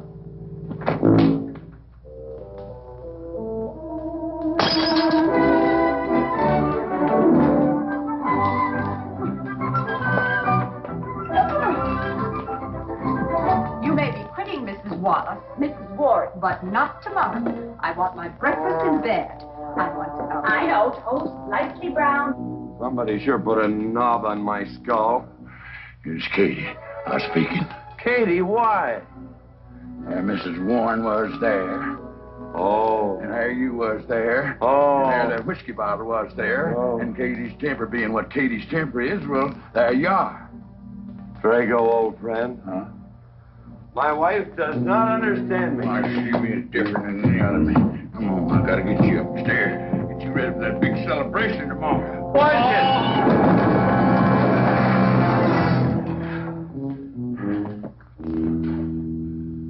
it? Drago, I am sleeping in the den.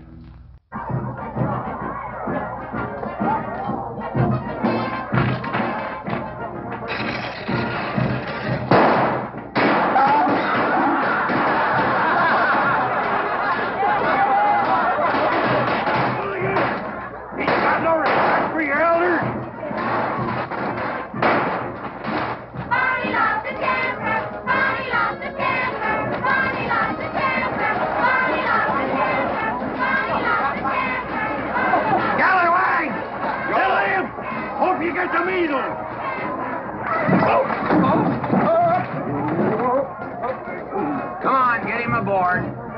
Is everybody ready? Man, number 5 needs a flank set. Get him one. Let us know when you're ready. Ladies and gentlemen, it is my honor to present to you the governor of our territory, Cuthbert H. Humphreys. Thank you, Mayor. My friends and citizens of this great territory, this is the 9th consecutive year. It has been my privilege and my pleasure to inaugurate the McClintock 4th of July celebration. Now, the first event will be the wild horse race. But before I fire this shot to start the event, I would like to say a few modest words regarding my stewardship of this great territory.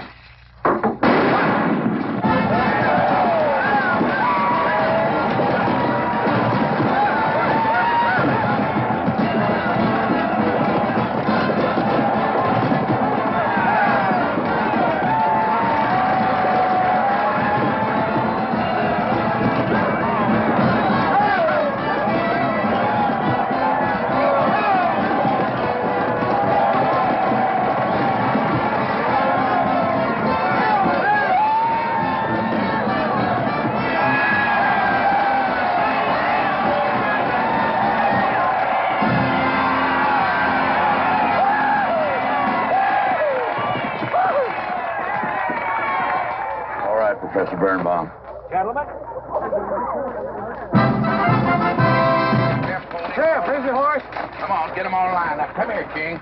Now, boys, you all know the rules. It's twice around the inside, once around the outside.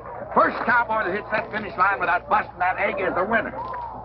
And I caution you boys about some of them eggs, because some of them eggs are last year's holdovers. All right, mount up.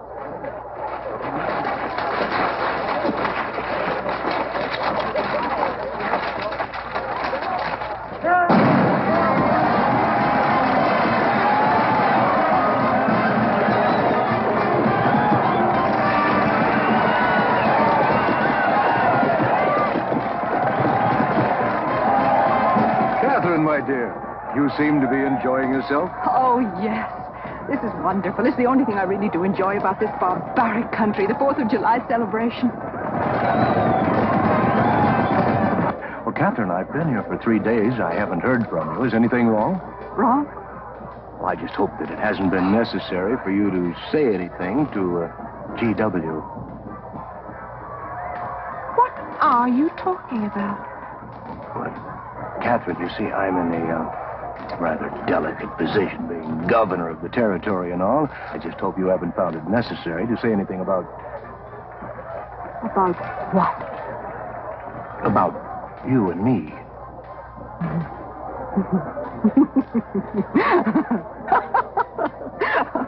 Why, you pompous windbag. Do you think that you're the only man who's ever tried to play patty fingers with me? Who's ever tried to lure me into the moonlight? Well, no, but Well, I'm a big girl and I can take care of myself. My husband knows it. I can assure you, Governor, that your reputation is untarnished. Now get out of my way.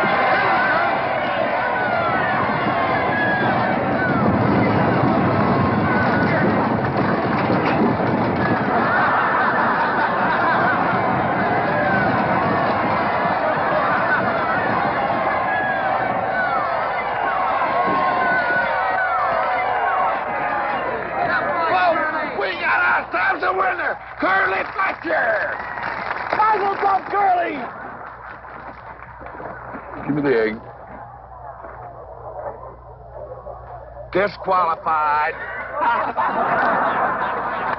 Here you go, Curtis. You'll never believe what happened over there. What? You smell a beer.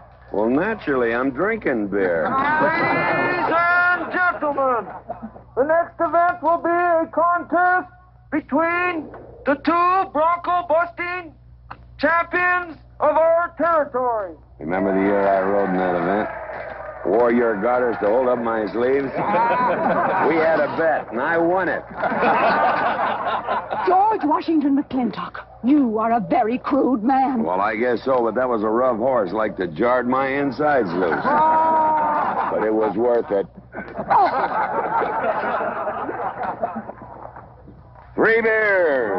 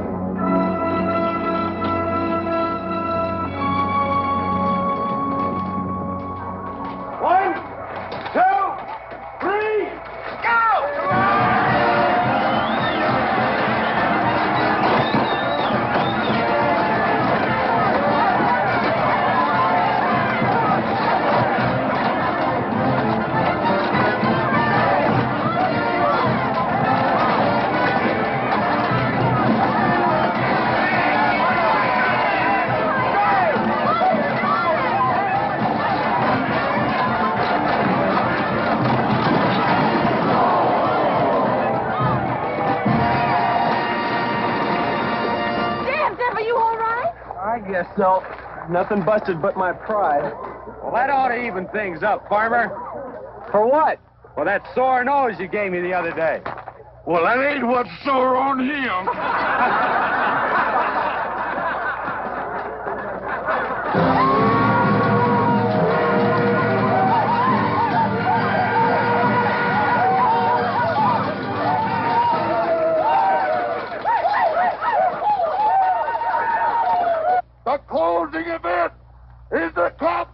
place.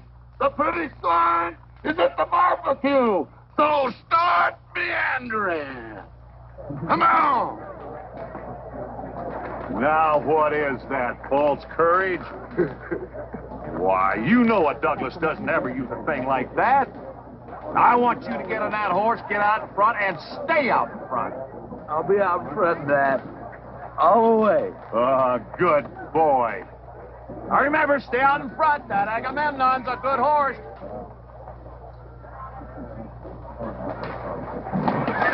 Oh, Agamemnon.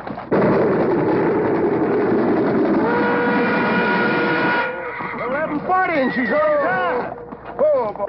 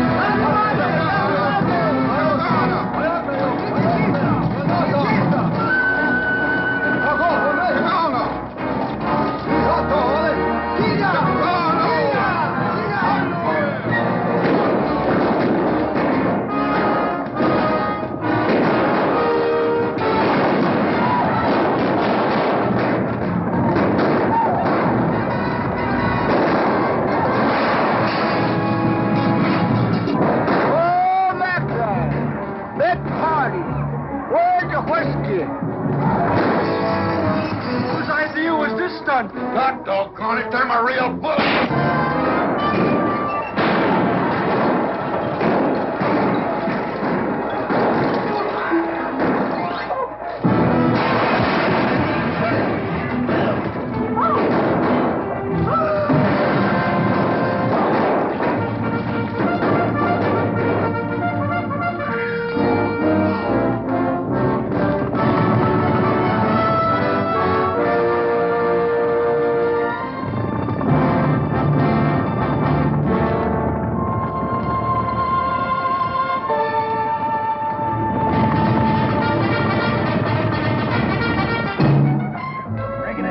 Excitement you'd want for one 4th of July, eh? Puma finally got his way, but I reckon he's riding out his last war party. He won't get very far. But one thing still has me puzzled. Where did they get the guns? I was wondering the same thing. My kidney's been bothering me. Funny? G.W.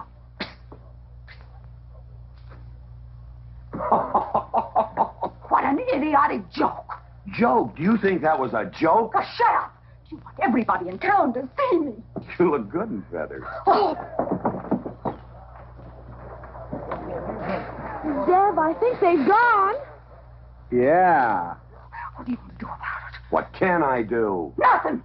Just like you've always done.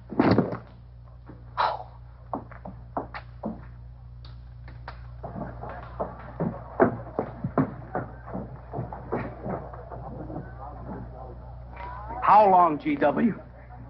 How long what? Cat, she's been riding herd on you for 2 years now. I'm a peaceable man. But my father used to say, you raise your voice, it doesn't do any good. It's time to raise your hand. Well, I've been planning to do something about it. I'll have another talk with her. Talk to her? Talk to her? Talking won't do any good. Becky, have you seen your... What's been happening around here? You've got hay all over you. Been some mighty sneaky goings-on here during that raid, Mr. Mclintock. Who was it said only a trollop would kiss a man before they were formally engaged? Oh, but we are engaged, sir. You are? That is, with your permission. Well, you've got it. Oh, Mrs. Warren? I think it's wonderful. I guess this is the only engagement that ever started off of a spanking. Mm-hmm. I reckon Birnbaum is right. All right. Lord bless us, this is going to be a great day. Doggone it, folks. Let's don't let a little old Indian raid break up a good barbecue and a rodeo. Get a meat down. Let's go. You contestants, get ready for the cow pony race.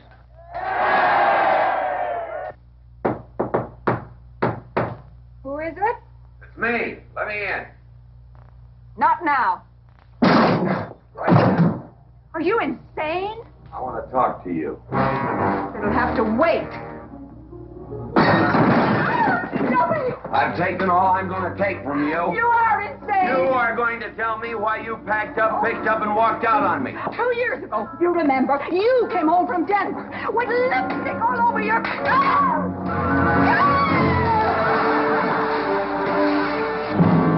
Lipstick on my collar. I've got the shirts to prove it. Who cares? Why, you bigot.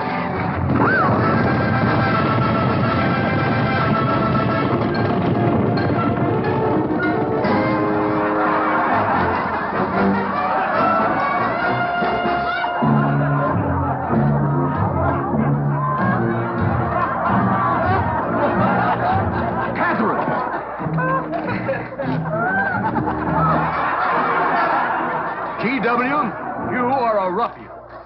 Cuthbert, you are right.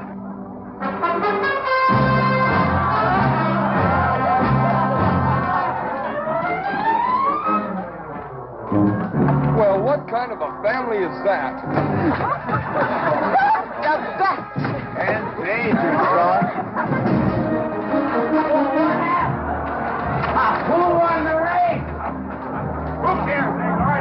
History's being made.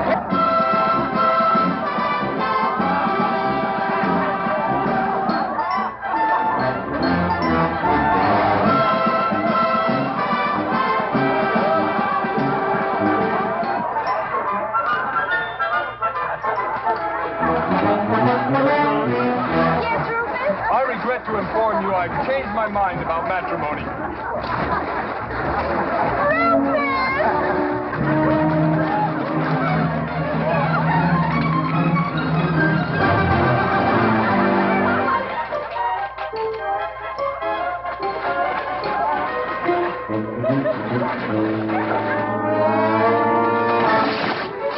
Hey, Mrs. McLaglen!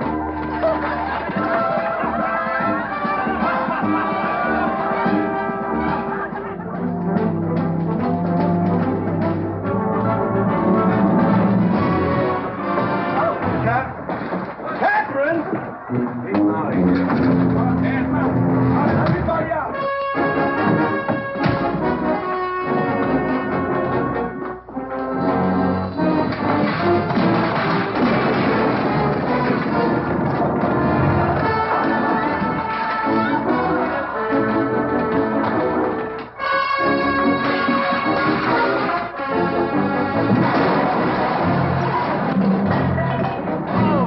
Looks like T.W. is buying out the whole store. I'm afraid you're right.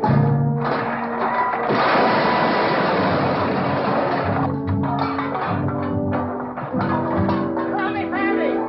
Clowny family!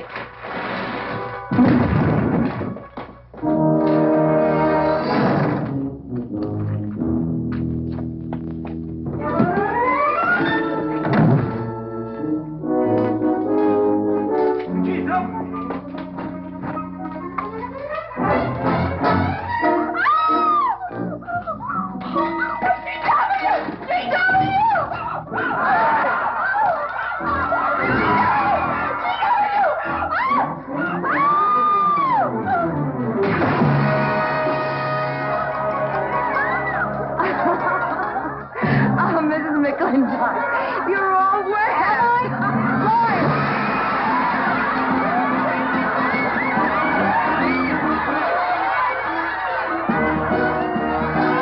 Wrong woman, T.W. Oh, pardon me.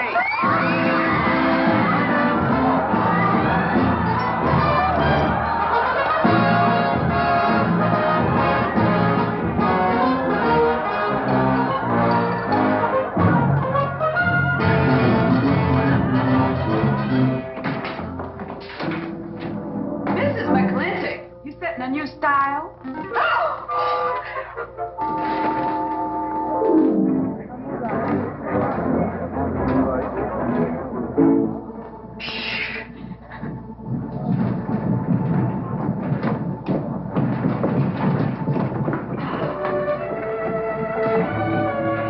Mr. McClintock, in here!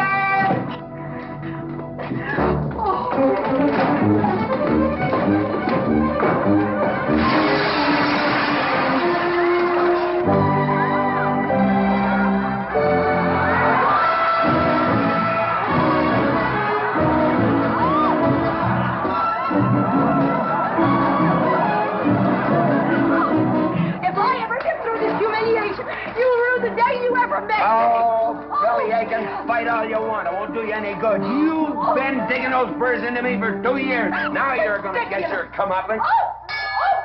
Thanks. My father would be proud of you.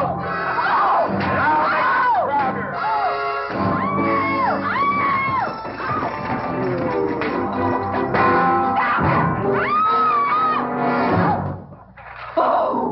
Keep it. You may need it. Now get your divorce. Home. Don't spare the horse. Home, You heard me. Don't think you're going to get rid of me that easy. Yeah.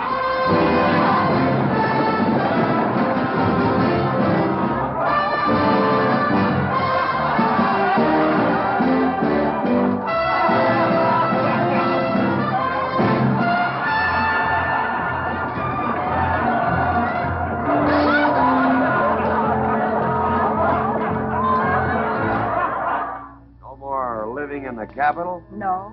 No more Newport in season? Nope. No more dancing at the governor's ball? No, GW. Happy day. 310 times without a miss. That's a record.